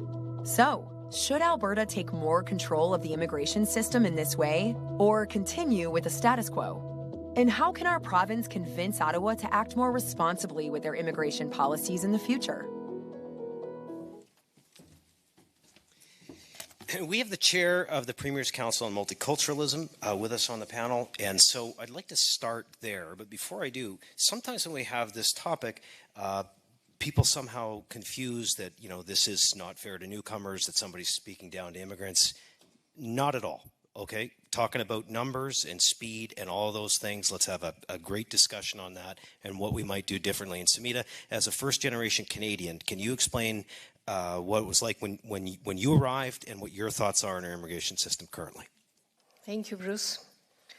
Yes, I do have a little story to share with you and some thoughts as well. Alberta isn't just where I live. It's where my family found a future. I came here with my husband and 2 kids. Like so many others, full of hope, but carrying our share of uncertainty. Alberta welcomed us. We found work, a home we could afford, and a community that made us feel we belonged. We arrived with dreams, and Alberta gave us the chance to make them real. Now, thousands more are coming with the same hopes. That's something to celebrate, but it also means we must act. In the last 2 years alone, Albertans saw the highest interprovincial migration in over half a century. And while that speaks to our province's promise, it also raises a difficult question. When Alberta becomes unaffordable, as it slowly is for our children, where do we turn? Rents are rising, schools are full, and jobs are harder to find. Growth is great, but only when guided by care. This isn't about blame, it's about balance. And it's about asking, where do we go from here when Alberta becomes unaffordable? How do our children and our grandchildren carve out their future if the very promise that brought us here begins to slip away? Let's together, ladies and gentlemen, build an Alberta that stays true to its promise, a place where opportunity and belonging go hand in hand, a place where families thrive, newcomers are welcomed, and future generations can still call it home. And that's my thought and my story. Thank you, Samita. You want to start, sir? Hi, thank you. Dennis Chinner. I had the privilege as a Rotary member in the city of Lethbridge to be able to help the Ukrainian community when they started to come to Lethbridge. Some quick statistics. Our club sponsored about 100 or helped about 115 families. There's about 1,100 Ukrainians in Lethbridge, new residents. There's about 64,500 in Alberta, and I believe it's just short of 400,000 in Canada now. Question I have is, these folks, probably 90% of them have post-secondary education. They're very well trained, very well educated, very hardworking, and yet they're considered evacuees, so they're going through the permanent residency process now, and it's just completely cumbersome, and we need to lobby on their behalf to get the federal government to actually give these people an opportunity. Dennis, thanks for everything you're doing there. I know the Premier wants to speak to this one because it's amazing what the province has done. It's extraordinary, and I think credit to the leadership, I think, of Ed Stelmach and former Deputy Premier Thomas Lukasik, who worked with our government to develop a network of 200 different organizations that were able to provide not only information but also supports so that people could get on their feet very quickly. One of the things about that is when we looked at I think the last numbers I saw were that there were 70,000 evacuees who came here, and we looked at how many were on social programs, and it was less than 2,000. And that to me is really the spirit of what we're trying to do with our programs, is that we bring people in who are a good fit for our economy. They're taxpayers immediately, And then because they're taxpayers, then they're also helping to generate the revenue to pay for the social services. It actually is an amazing success story. So what would it mean if we took over immigration? Well, if we were able to do our labor market evaluations ourselves rather than Ottawa, and then issue work permits ourselves rather than Ottawa, and then have a provincial permanent resident nominee in the same numbers that Quebec does the 55% of the nominees, then we would be able to address those issues. Right now, the feds don't allow us to do our labor market opinion, don't allow us to issue work permits, and then only allow us to choose 4,800 permanent residents. And our program is oversubscribed for the reason that you said. So this is why we're doing a consultation, is to see, should we assert our rights under Section 95 of the Constitution, which says that the provinces shall pass laws on immigration and the federal government shall pass laws from time to time. So we've reversed it on its head. The federal government passes laws all the time, and then we end up not being able to match. So I would say that that would be one of the big priorities, because they're coming up for renewal in March as well. I don't know if the conflict is going to end. Many might want to go home, but after 3 years now, I think many want to stay and become permanent. So very much on my radar. I know that this is going to be sort of the crunch time to see how much control we can get over managing that process, and it'll come up very soon. All right, let's go over to this microphone. Hi, Cheryl Wright here. You had said you wanted some solutions. Well, I'm going to give you a solution with immigration and education, which is coming up right now. If you are not a Canadian citizen, education is not free. So the $12,000 plus that you quoted, every student, it costs every student to be educated. If you're not a Canadian citizen, you better pay out of pocket. It should not come out of my pocket. And you can't say, oh, they don't have any money. I believe $80,000 out of my pocket is going in their pocket. So yes, they do have the money. And not only are you paying the $12,000 plus, but if you're an ESL student, you're paying for that EA as well. If you're an ADD student, you're paying for that as well. Enough out of my pocket. If you come into this like my great-grandparents did, and they didn't get a dime, you don't either. You pay for it. It's not free. Thank you. This is probably a good time to say, how are things different than they used to be? Another first-generation Canadian family panelist, Dr. Benny Zhu, a bit about your story and what it's like today by comparison. Thank you, Bruce. I come from a traditional Chinese medicine family. 33 years ago, Canada welcomed us, and we're still grateful. So back then, acupuncture was almost unheard of, and today it's regulated health profession under the Health Professions Act. So back then, immigration focus really that there was lots of programs, to help newcomers to settle in, and in return, newcomers can contribute back to their communities. It feels like almost like a partnership. So today, immigration looks totally different. Even with ongoing efforts and many programs helping newcomers, for whatever reason, many newcomers cannot find jobs they were trained for, and employers still facing shortages on certain workers because there's just not enough people. So there's clearly a disconnect, between the who's coming to Canada and what Canada actually needs, at least who's coming to Alberta and what Alberta needs, is a clear disconnect. So, I think maybe it's time for immigration policies to get smart again. It's just not smart enough, and we need a system where everybody wins. Yep, for sure. Thank you. I just want to let you all know, if somebody could turn the heat up in here, it's freezing up here. We start here. As a young person in Alberta, I was very happy to see that this morning the Premier announced the changes towards hiring youth in Alberta, that we've dedicated $8 million towards that. I was just wondering, is there anything we could do to perhaps punish businesses that are abusing the temporary foreign workers program and not hiring Albertans who are trying to find jobs?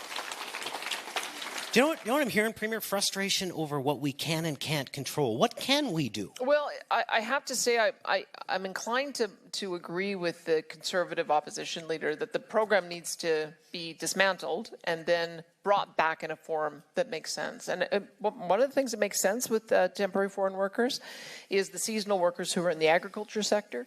Down in my area in Brooks, they've actually used it pretty well, where they have work permits that then offer a pathway to permanent citizenship, which I think protects the worker if they're going to be ultimately a Canadian citizen. And it also allows for those to come here and see if the work and the environment is one that they want to stay in. But the expansion of the program into low salaried jobs has crowded out a lot of young people. We're hearing it all over. I don't know, maybe someone here will share your story, but almost every event we've gone to, we've heard of somebody saying, my grandchild or my child has to put out dozens of resumes and is not even getting a call back. So we want to take the risk out of hiring young people to employers. So we're offering I think it's $10 per hour subsidy for the first 400 hours so that they'll give a young person a chance and teach them the job skills and hopefully level the playing field against other alternatives.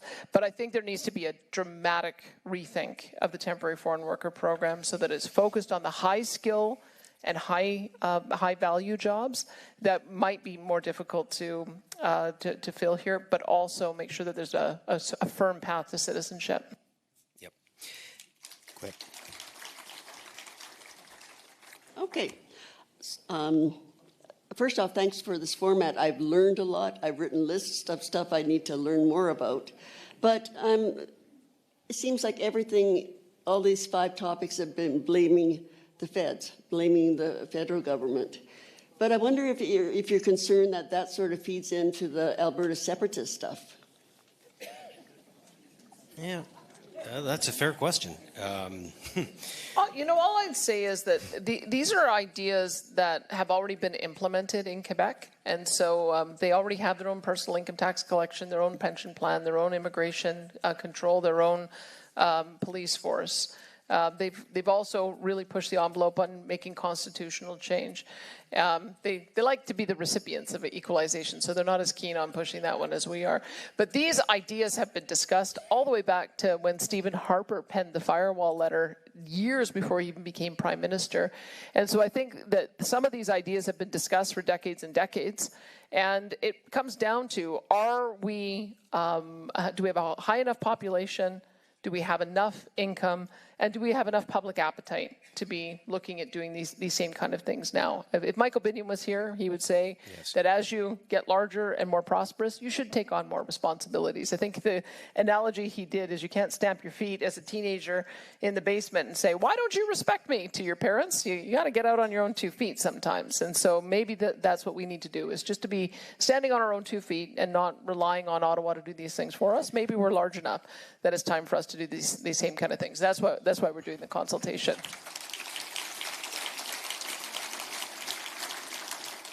Go ahead. Good evening. Go ahead, ma'am. Thank you. I have a couple of things here. Thanks. I'm not so tall. I am an immigrant.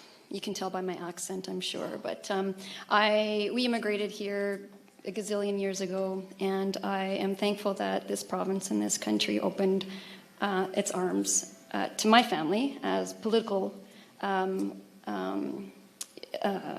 not refugees, but we were political exiles. Anyways, my son is first-generation Canadian. He's a teenager, and I just want to kind of go back to what you were talking about, Premier.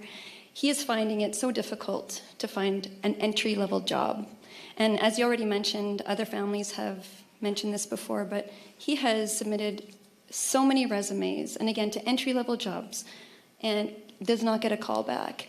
And I don't know if this is tied into immigration or not, but these entry-level jobs that we see, it seems like they're mostly taken by immigrants, and I'm not trying to slam immigrants because, like I said, I'm one myself. But I'm finding it very, very difficult. And I know that the UCP government, you increased your numbers of nominations through your Alberta Advantage immigration program. And we have seen more immigration in the last few years under your government. And I'm just wondering how you're going to change things so that my son can find a job. Thank you. Thank you. So, Premier, I don't know if you touched on this, but as you addressed that, did you mention the numbers already? Because I was multitasking. I'll see if I can try to put it into some context, because I think all of us remember a time when immigration worked really well, and that was in the sort of 2009 to 2019 era, where Canada brought in about 300,000 newcomers a year, so about 0.6% of the population. Last year, Canada brought in 1.8 million newcomers. So you can see why there's a lot of stress on housing, on rent, on education, on healthcare, on jobs, on you name it. And so that's part of the reason why we're saying, do we need to recalibrate this? Have they gone too far? And I think we're hearing the answer is yes. When we look at our program, this is the frustration that all the provinces have, is that the way our immigration program should work is we should be putting the economic migrants first. We should be encouraging people to come here who want to set up a business or do a business investment, and then secondarily those who have a job and are going to be an immediate taxpayer. And then we have a smaller number of asylum seekers, parent and grandparent reunification, and international students. But they flipped that on its head. We had 10,000 permanent residents that we were able to nominate, and then they reduced it to 4,800. So all of the volume of newcomers who are coming into the country are not our choices. That's all federal choices. We only have the ability at the moment to nominate 4,800, and so that's part of the reason why the individual who he has a large number of Ukrainians who want to seek permanent residence. That's why the people who are from that community are frustrated, because they have come here, they have found jobs, and they want to be able to stay, but we don't have the ability to say yes. Over here. Hi, I'm also an immigrant. I came here when I was 19, and I came here because Canada is a better place. This is really disconcerting to me that we have us and them with immigrants, with the federal government, with everyone else. Like immigrants have potential, like you just don't know what they will grow up, like their children to grow up to be doctors. Or I came and I was just like a clerk at a swimming pool, and I ended up being a union leader. I ended up raising 3 wonderful kids who are like, and I don't understand why you're kind of putting them as immigrants as a negative thing. Also, I'm tired of you cutting down the federal government. I'm part of Canada. We have representatives in Canada, and it's really disconcerting to me, again, to see you be an ally, go and friendly up with Mr. Trump when this is the country and the people you should. I saw it. You've cut me off. Okay, thank you. You've cut me off. Can I just ask a question, though? Can I just ask a question? I think that the question we're asking is the level of newcomers that our economy and our social services can reasonably absorb and give a good life to those who come here, as well as those who are the taxpayers. So that's it. I think that number's 1%. I think that we should have a more normal level, and 1% of our population in Alberta would be about 50,000. It's been about 150,000 a year. So if you think I'm wrong, then just tell me what your number is. Do you think we can absorb 1.8 billion a year? I'm not going to get into it. I don't know the numbers, and I wouldn't have that off the top of my head. But that's what the conversation is about. It's not about. It's about have there been so many newcomers come that it's now you impacting. Make the newcomers sound like they're the enemies that are coming in and infiltrating this country and not taking away jobs. Okay. And that's garbage. Everybody should have the same opportunity. Got it. Premier asked your question, so we'll give you another chance. Premier, I don't know if Trevor has some numbers around that, or if anyone else on the panel does. But I think that we just know from. Oh. That's the air conditioning kicking in. I can just tell you that the consequence of what we've seen. So 450,000 people coming to Alberta in the last 3 years. I mean, the Alberta is Calling campaign launched just before I came in, and because we needed to have people come here because we had been on a decline. Sure. But 450,000 people came over the last 3 years, of which about 200,000 were students. And so part of the pressure that we're having on the size of classrooms is you just can't build schools fast enough to accommodate 200,000 people all at once. You can over time, but that's the whole point that we're talking about is, do we need to pace the level of newcomers coming into Alberta so that we can actually keep up with the level of services being demanded? That's the conversation we're trying to have here. And I might say, I had a very constructive meeting yesterday with Mark Carney. We've actually come to an agreement on a whole pile of things that I hope you'll be able to see in the coming days and weeks. But I think that's my job, is to try to be diplomatic, not only with whoever is our Prime Minister, but when we're also engaging with foreign nations as well and trying to get trade deals. So I guess I just take a bit of a different opinion.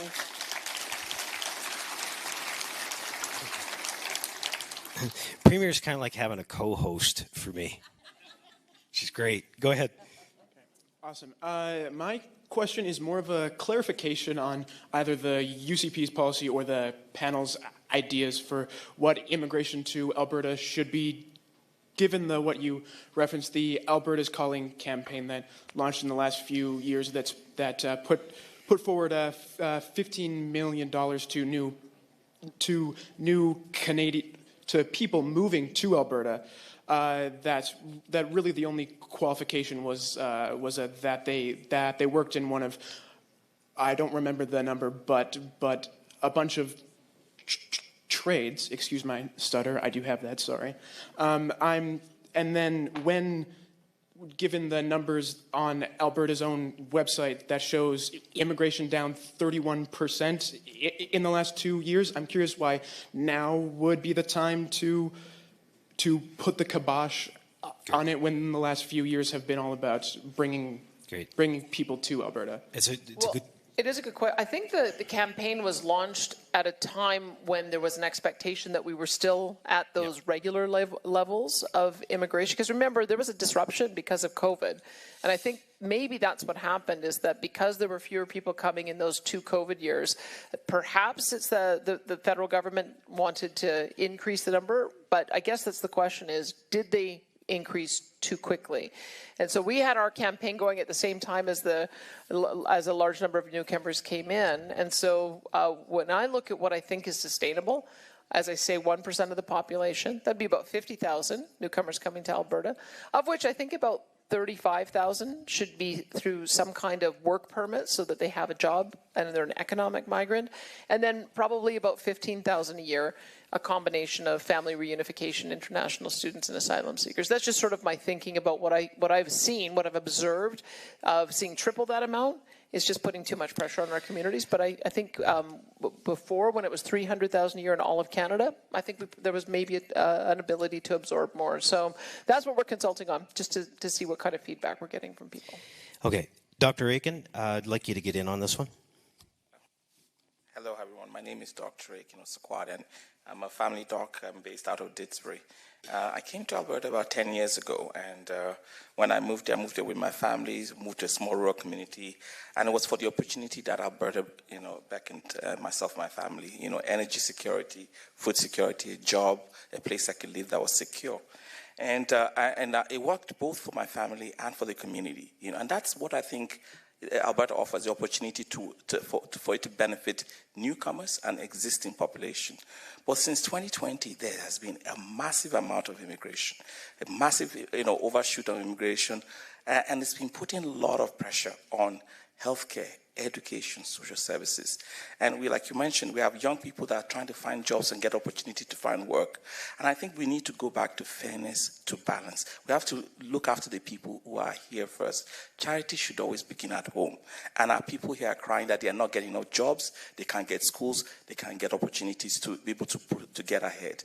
And I believe that we should resort back to the provinces determining the number, the scale, and the type of people that get to come here. We need to go back to the provinces determining immigration. Thank you. Thank you. Okay, just Just from the microphones here and here, and then we'll bookend this one. Go ahead. Hi, my name is Doug. Came here in '89. I'm an immigrant, and since Justin Trudeau opened the borders, I have noticed that it has not worked. It is just not feasible, and as everybody says, everything is going sky high in prices. My children are probably not going to be able to own a home, and my grandchild's definitely not going to be able to. So I'm sorry, I have to say that I agree with this question, and we should have a say as to who comes in to Alberta and how much they give. Yep. You don't have to apologize for saying that, sir. Thank you. Go ahead. Hi, I'm Rhonda, and I work in healthcare, so of course I'm a little leery of all this tonight. I voted all across the board my whole life. Did not vote UCP this time, would never vote UCP again. When I listen to your stories, it sounds to me like you're pulling up the ladder behind you. Okay, you've had a great time yourself, but this is it now. We're not going to look at any other things we can do. Every country is facing trouble with immigration right now. As we send bombs around and other countries are having wars, famines, and we want to say, oh, I'm sorry, look, our kids don't have $1 million house. Our house, we have to live in a condo or a duplex, but lots of kids don't have food, they don't have housing, and we feel like we have to keep our Alberta privilege up high. That's all I have to say. Everybody here, other than the Indigenous people, are immigrants from at one point in time. Okay. And we feel we can pull the ladder up behind us. Thank you. Okay, here's the question. Should Alberta take more control of the immigration system to counter Ottawa's open border policies? Who says yay? Okay, and who says nay? Okay, if we didn't get to you, you can get up for the last segment. But first, here is the last video on provincial tax collection. Our next topic is the option of Alberta collecting all provincial personal income taxes, rather than having Ottawa do it for us. Today, when Albertans file and pay their personal income taxes, they do so through the Canada Revenue Agency, which then remits the provincial portion of those personal income taxes back to the provincial government. However, Alberta businesses file and pay their provincial corporate taxes directly to the provincial government. Quebec does it differently. They collect both personal and corporate income taxes directly from Quebecers, bypassing the CRA altogether. What if Alberta did the same? There would definitely be startup and ongoing administration costs, but it would also mean bringing good-paying jobs to Alberta instead of funding federal employees in other parts of the country. Under Canada's Constitution, levying and collecting taxes is an area of provincial jurisdiction, and Alberta could transition over the coming years to collecting our personal income taxes, as we do with corporate taxes now. So what are some of the benefits to Alberta collecting its own personal income taxes? 1, better provincial tax policy. Currently, Alberta sets its own tax rates and credits, but definitions and treatments of income are still largely tied to federal rules, which limits our flexibility to implement more effective and competitive tax policy. We saw this recently when the federal government changed the rules on capital gains for doctors and other professionals, and Alberta was effectively forced to follow those same rules as it related to provincial personal income taxes. If Alberta were to collect its own taxes, we could tailor our entire tax framework to better reflect our economic realities and provincial policy goals, while declining federal changes to certain portions of tax policies that detrimentally affect provincial income tax policy. This could open the door to streamlining calculations and simplifying provincial income taxes for Alberta residents. 2, jobs and economic opportunity at home. Collecting our own taxes would also mean establishing the infrastructure and staffing to support it, creating thousands of good, high-paying jobs right here in Alberta, instead of funding positions in Ottawa or other provinces. 3, more Alberta, less Ottawa. By moving away from the federal administration of the CRA and collecting provincial income taxes by ourselves, Alberta can exercise more direct control over a core aspect of self-government, thereby increasing our provincial independence from Ottawa. But there are also potential drawbacks to consider. 1, a long-term commitment. Establishing Alberta's own personal income tax collection agency would not happen overnight. Estimates suggest it could take up to 5 years to fully build out the necessary systems and staffing. This would be a major logistical undertaking that would require a sustained commitment from Albertans and their government. 2, significant financial investment. The estimated cost to implement Alberta's own tax agency ranges from $750 million to $1.5 billion over several years. Once operational, the system could cost up to $750 million annually and require hiring as many as 5,000 new public employees. These are substantial expenses that must be weighed against the benefits. 3, potential for added complexity. There are also practical implications for taxpayers and businesses. Albertans would need to file separate federal and provincial tax forms, although online filing would likely ease that burden. There may also be increased complexities for businesses and Albertans working in different provinces throughout the year. Now, tell us what you think about the idea of Alberta collecting its own personal income taxes.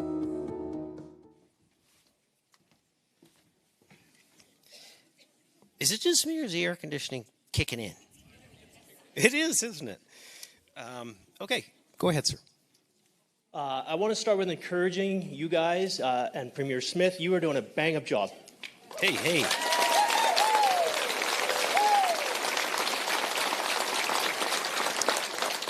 And I think there's a chance you could make a fine president for a new sovereign nation.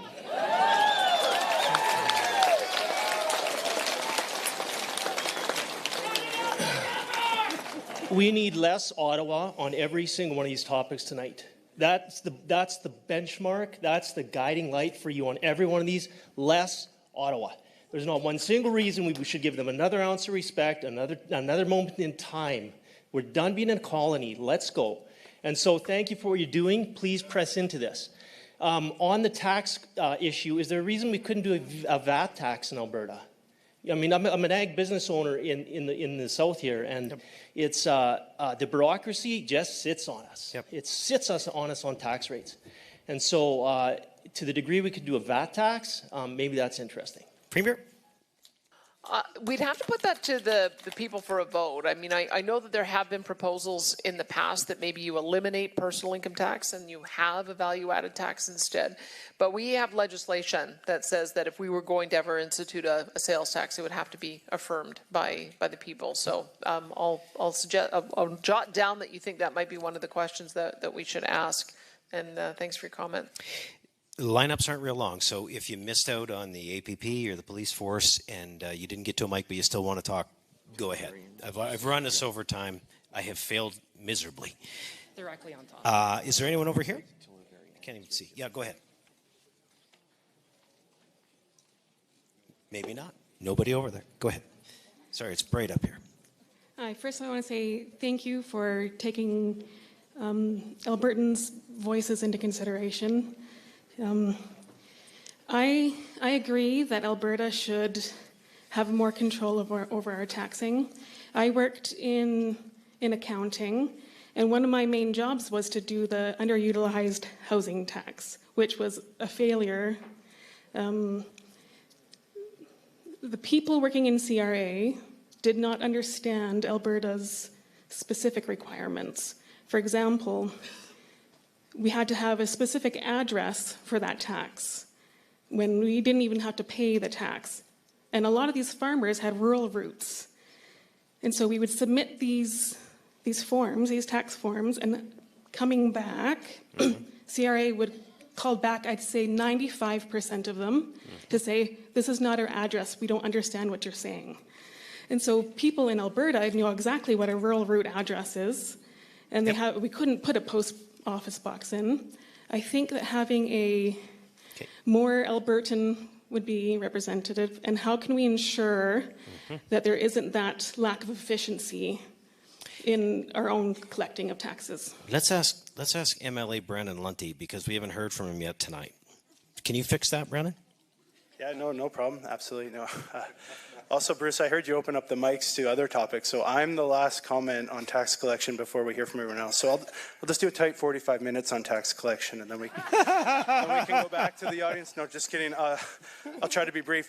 It's a really good example. The federal government never met a tax they didn't like. So this is an example of why it's important to try to get a little more provincial control. Frankly, there's a reason they're asking you how much your house is worth when they're doing your taxes now. I don't think we want to go down that path here tonight, or it will be 45 minutes. But I do think that's an example of why this is something we need to consider, we need to look at, we need to exercise a little more provincial control. Look, at the end of the day, I want to see Alberta remain the lowest tax jurisdiction in Canada. That's part of the Alberta advantage. And if this can play a small part in that, I think it's worth considering. I will turn it back to you, Bruce. I can't talk about taxes without talking about our government's $750 tax cut. It's a huge commitment that we made, and we kept it. And again, it goes back to keeping Alberta competitive and keeping our taxes low. And with that, let's thank you all for coming. I do want to get to the mics and hear what we have to say on all these other topics. Awesome. Let's do it. Let's get to as many. Can I just add one to that? As we can, except the premier. We discovered that there was a problem with the integrated nature of our tax system when people were coming to us, when the feds were initially going to bring through the capital gains tax changes, impacting a lot of farmers, impacting a lot of professional corporations. And we had a lot of people saying, can you just delink from the federal government and not have the provincial portion go up? And we found out that we couldn't, because we have to treat income in the same way. That's part of our tax agreement. And so those are the kind of things that if the federal government puts forward policy, we have to follow suit. If you had a different tax collection agency, you could make your own decisions about how to levy those taxes. I just thought I'd give a practical example. Okay, over. I would like to just give a comment to you, Danielle. We've been getting surveys, and I do appreciate when you are asking for our input, but I'm increasingly seeing surveys that I can't even answer at all because there is such a slant, a bias, and just the questions that would explore different kinds of alternatives are not there. They are always having one specific thing in mind and wanting that. I would like to know who does your surveys, and have they gone through the Alberta curriculum where it does say that surveys, all secondary school students are supposed to be, and they all have been schooled in statistics and how to take fair and fair surveys. Okay. And could I ask you where you get your surveys? Who does your surveys? I do all of them. Well, there is a me. There is a bit of a difficulty because we're trying to get yes/no questions, because that's the kind of question that would be put to a referendum in order for it to be clear. And so that's what we're aiming to do. We're aiming to give enough background information so that when we ask a simple question, you can get yes/no. Bill Buick has been leading the effort on the surveys. There's two other things, though, I'd say, is part of the reason we have an open mic is that if we've missed anything, you can tell us what you think we should have asked, or if there's some other issue that you think should be put on the table. That's part of the reason we do that. We also have a section for write-ins. And I think in our first week, we got 12,000 individuals who wrote in their own ideas. So that's the way that we're trying to be able to collect as much information as possible. Okay, now, Premier, I'm going to ask you to write down the questions so we can get to them all near the end. Go ahead. Okay, my name's Mike. I stood up at the end of the taxation, so I was the last one in line for that. Sorry, so here we go. This is my concern. And I feel it's a really big one, and I'm really getting worried about it. And the reason is it's great if we're going to collect our own taxes. I actually don't mind that. But I'm getting worried that what's going to happen if in 20 or 30 years from now, we don't have the income to collect. Same population, yeah. Because a panelist there mentioned in 1932 in Alberta, we were so poor, we were the poorest. we were actually the poorest province in Canada. Yep. So I believe a lot of our wealth came from oil, and I'm so happy to live here and benefit from that. Less than 5 years ago, it was costing more to bring a barrel of oil out of the ground than we could get. What if that becomes the permanent situation? Where will we get our money if we're our own country? Gotcha. 45 seconds over here. We'll answer this. We're going to write them all down. Okay, go ahead. Oh my gosh, I better make these comments rather than questions. John, I grew up in Cochrane, Alberta. I came down here for university and proud Southern Albertan. And thanks everybody for the great discussion and the bravery for coming out and posing opinions and that. Alberta Pension Plan, I'd be interested in it. I want to know if Whitecap Resources is willing to pay more oil and gas royalties to make sure that that's a success. The industry, because when Peter Lougheed, I think, was premier, we were getting like 33 cents on the dollar or something like that. Now, it's progressively gone down to 7 cents or something like that. Okay. I don't have my numbers, but someone can fact correct me, but that's the investment strategy on that. Okay. Immigration, really quick, too complex to address here with, it's hard to define a problem, but we all know one when we see it. And we have to make sure immigration is successful by having. Okay, guys, I gotta cut you off at 45. Okay, and if you've been to a mic, do us a favor and let the other people that haven't come to the mic. Let's go over here. It's here. Hi, I just want to make a comment, and you've had a lot of people, for a few people at least, tell you to stay in your own lane, and that it's not the province's responsibility. I am so thankful that somebody finally is going after the federal government and getting some of the rights for us. I also thank you for acknowledging the minimum 35% of Albertans who are for separation. And I don't know that they're going to get there, but on the other hand, what a great tool to leverage some of the things you are trying to get from the government. That's it. So I just appreciate it. Thank you. Thank you. Thank you. I need to cut the lines, so we'll stop them where they are, and we're going to try and get through them and go over time. Hello, my name is Roxanne, and I live here in Lethbridge. I don't want to separate. I want to lay 2 pipelines to Port Nelson and Port Churchill. And then when we have our ports and 3, not 1, not 2, but 3 icebreakers, because we can't afford 1 to break down. When we have our resources to market, then I think we have enough clout to say goodbye, Ontario West. You can be Quebec, and we'll be Canada. Thank you. Thank you. Go ahead, sir. Yeah. Fast remark first, and then the question. I'm Professor Tony Hall, and I've been looking at the history and discovering it's very clear that the parts of Canada that used to be called Rupert's Land and then used to be called Northwest Territories have ever since been treated in a colonial approach. The older polities like Upper Canada, Lower Canada, Nova Scotia, New Brunswick, and BC, which existed before 1867, they get different treatment, and they are used to not being colonies. So we have been colonized to this day. The question is, we need to pull together. And this is a future-oriented question. There's a person called, and I won't give the background, William Makis. There is a long-standing exchange, at least from his side. What is the story? What is the story? Thank you. Over here. Hi. Nadine Lewis. I drove a couple of hours to be here tonight because I felt that it was important to, number one, acknowledge Bruce, who makes me laugh every time I... Pardon me. Gotta be good at something. Every time I have watched the Alberta Next panel, and I have to tell you, it's very important. I did the questionnaire before I started watching the panels, and one mistake that was. I hope I can have the opportunity to go back. I have learned so much, and I've shared so much information after watching every panel. Fantastic. Can I just say, you are by far my favorite of the entire evening. Go over here. Let's go over here. Hi, thanks.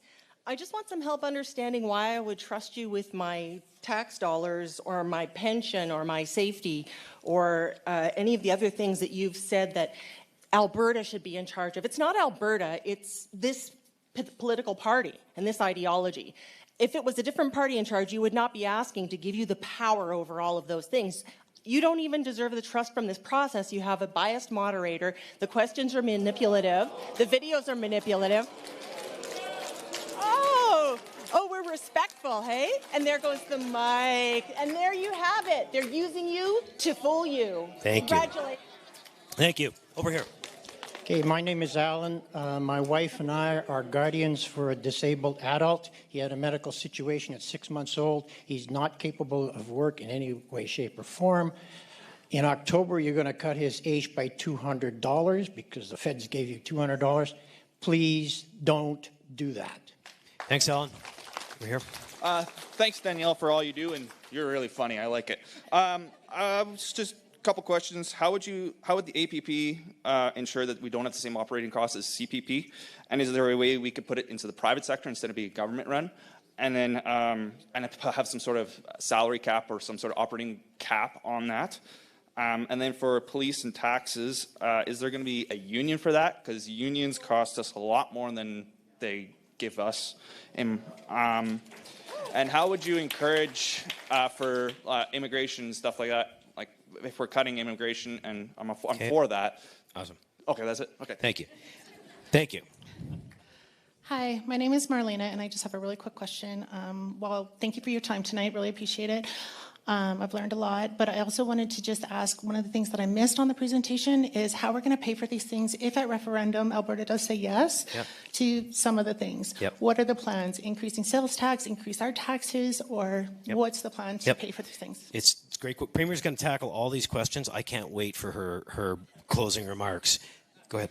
Hi, I'm a paraprofessional, and all these issues are really tied together, and I appreciate that you're advocating for an increase in revenue coming into our province so that we can get services. But as a paraprofessional with the immigration issue, I'm super, super concerned.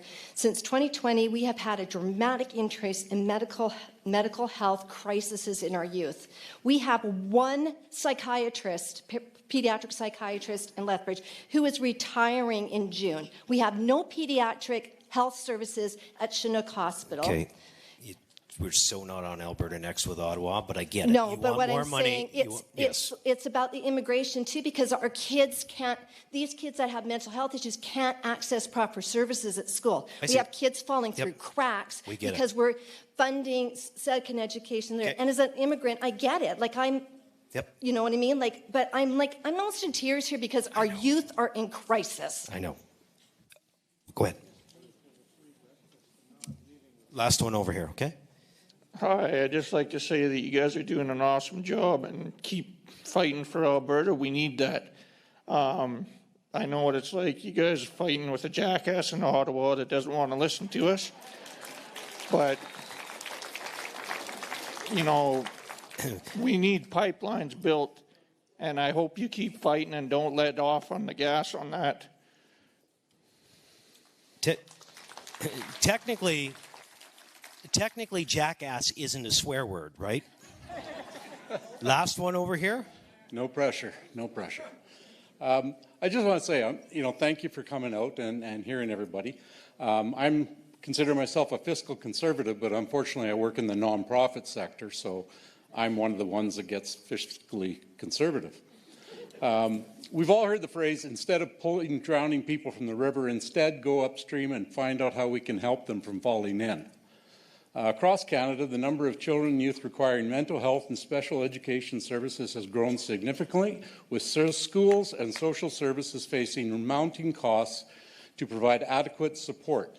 In some cases, special needs programs cost between $20,000 and $100,000 annually per student, and public systems are struggling. Given this trend, how will Alberta shift toward a proactive preventive model that invests in children and families, especially disabilities, before needs escalate into costly? Can this government lead with upstream solutions rather than downstream crisis? Awesome. Okay. So I'd like to do something a little bit unconventional. So Premier, you have tackled so many of these tonight and are so great at these town halls. Do you want to come on up tonight and just address some of these and bookend this and say thank you to everybody? Yeah, come on up. And as she does, can we just have a round of applause for the Premier?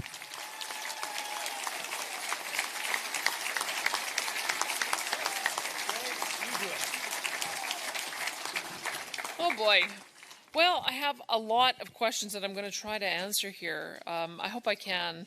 I guess maybe just from a high level, these things are all linked. The issues that we're having with Ottawa and our inability over the past 10 years to get all of the pipelines built that we know the private sector wanted to build. If we had built Northern Gateway, if we had built Energy East, if we had built the Keystone XL pipeline, we would have 2.5 million more barrels per day of production, which would be generating $55 billion worth of revenue. The governments take about 40% of that, so you can do the math, and Feds and us split it about half. So that might have been $10 billion additional dollars in revenue, which would go a long way to address the pressures that we have of building schools and hospitals, roads, dealing with mental health issues. And so that's why it's frustrating for us to have seen the economic loss of the last 10 years. And we just don't want to see any more economic loss over the next 10 years. And we do have, and I should just let you know, I've talked to the energy companies, there's at least 2 million barrels a day of egress they're talking about going south. If we can get another barrel per day pipeline going to Prince Rupert, another million barrel per day pipeline going to Churchill, then we'll double our production, which then also benefits us and benefits Ottawa. And I think a lot of problems get solved when people are feeling like they've got good jobs, they can take care of themselves, their families, their communities, and when governments have enough money to pay for the social needs that just inevitably develop when you have large and complex societies. So that's why I would say all of these are related. When people say stay in our own lane, well, these are our lanes. This is our lanes. If you look at the Constitution, Quebec is the only one who is, I think, fully exercising all of its area of constitutional authority. And there's lots of reasons we haven't, but that's the question. Should we now? Would we be better off now? And that, I think, is why we're having this question with you. How do we pay for everything? So I mentioned pipelines. I think that's one part of it. But we also know that if we could just align our areas of spending authority with our taxation, and the Feds would align with theirs. I think the video suggested 60-40, but I had a chance to sit next to Trevor Toome, and he said it's actually our areas of constitutional responsibility are really expensive. It's actually about 70% of all the tax dollars that are spent on health services, education services, social services, and the Fed's area of responsibility is only about 30%. And yet, as you've seen, it's flipped. So they're taxing more than they need to, and then dribbling some of it back, and not dribbling back enough for us to be able to meet the needs of our expanding population and their expanding needs. So that's what's created, I think, the tension. If we're all doing well, I think that that Albertans are just perfectly happy helping out their fellow citizens. But what we have seen is that it seems like the eastern provinces want the dollars to keep coming, but then they want us to keep our wealth in the ground. And it's not a given that just because you've got wealth, it's going to be developed. Venezuela is the wealthiest jurisdiction on the planet, but they can't get their resources out of the ground because they don't have the investment climate. So this is why we're having this conversation. Are there things that we can do? And we're going to continue to work with our federal counterparts to try to address some of these things so that we're also able to develop our resources again. But are we at a point now where we should be taking care of more of this business? I happen to think yes. I know that there's a bit of a mixed view in the room, but we are delighted that you took part in the conversation this evening, and we're looking forward to seeing you again. Thanks for your feedback.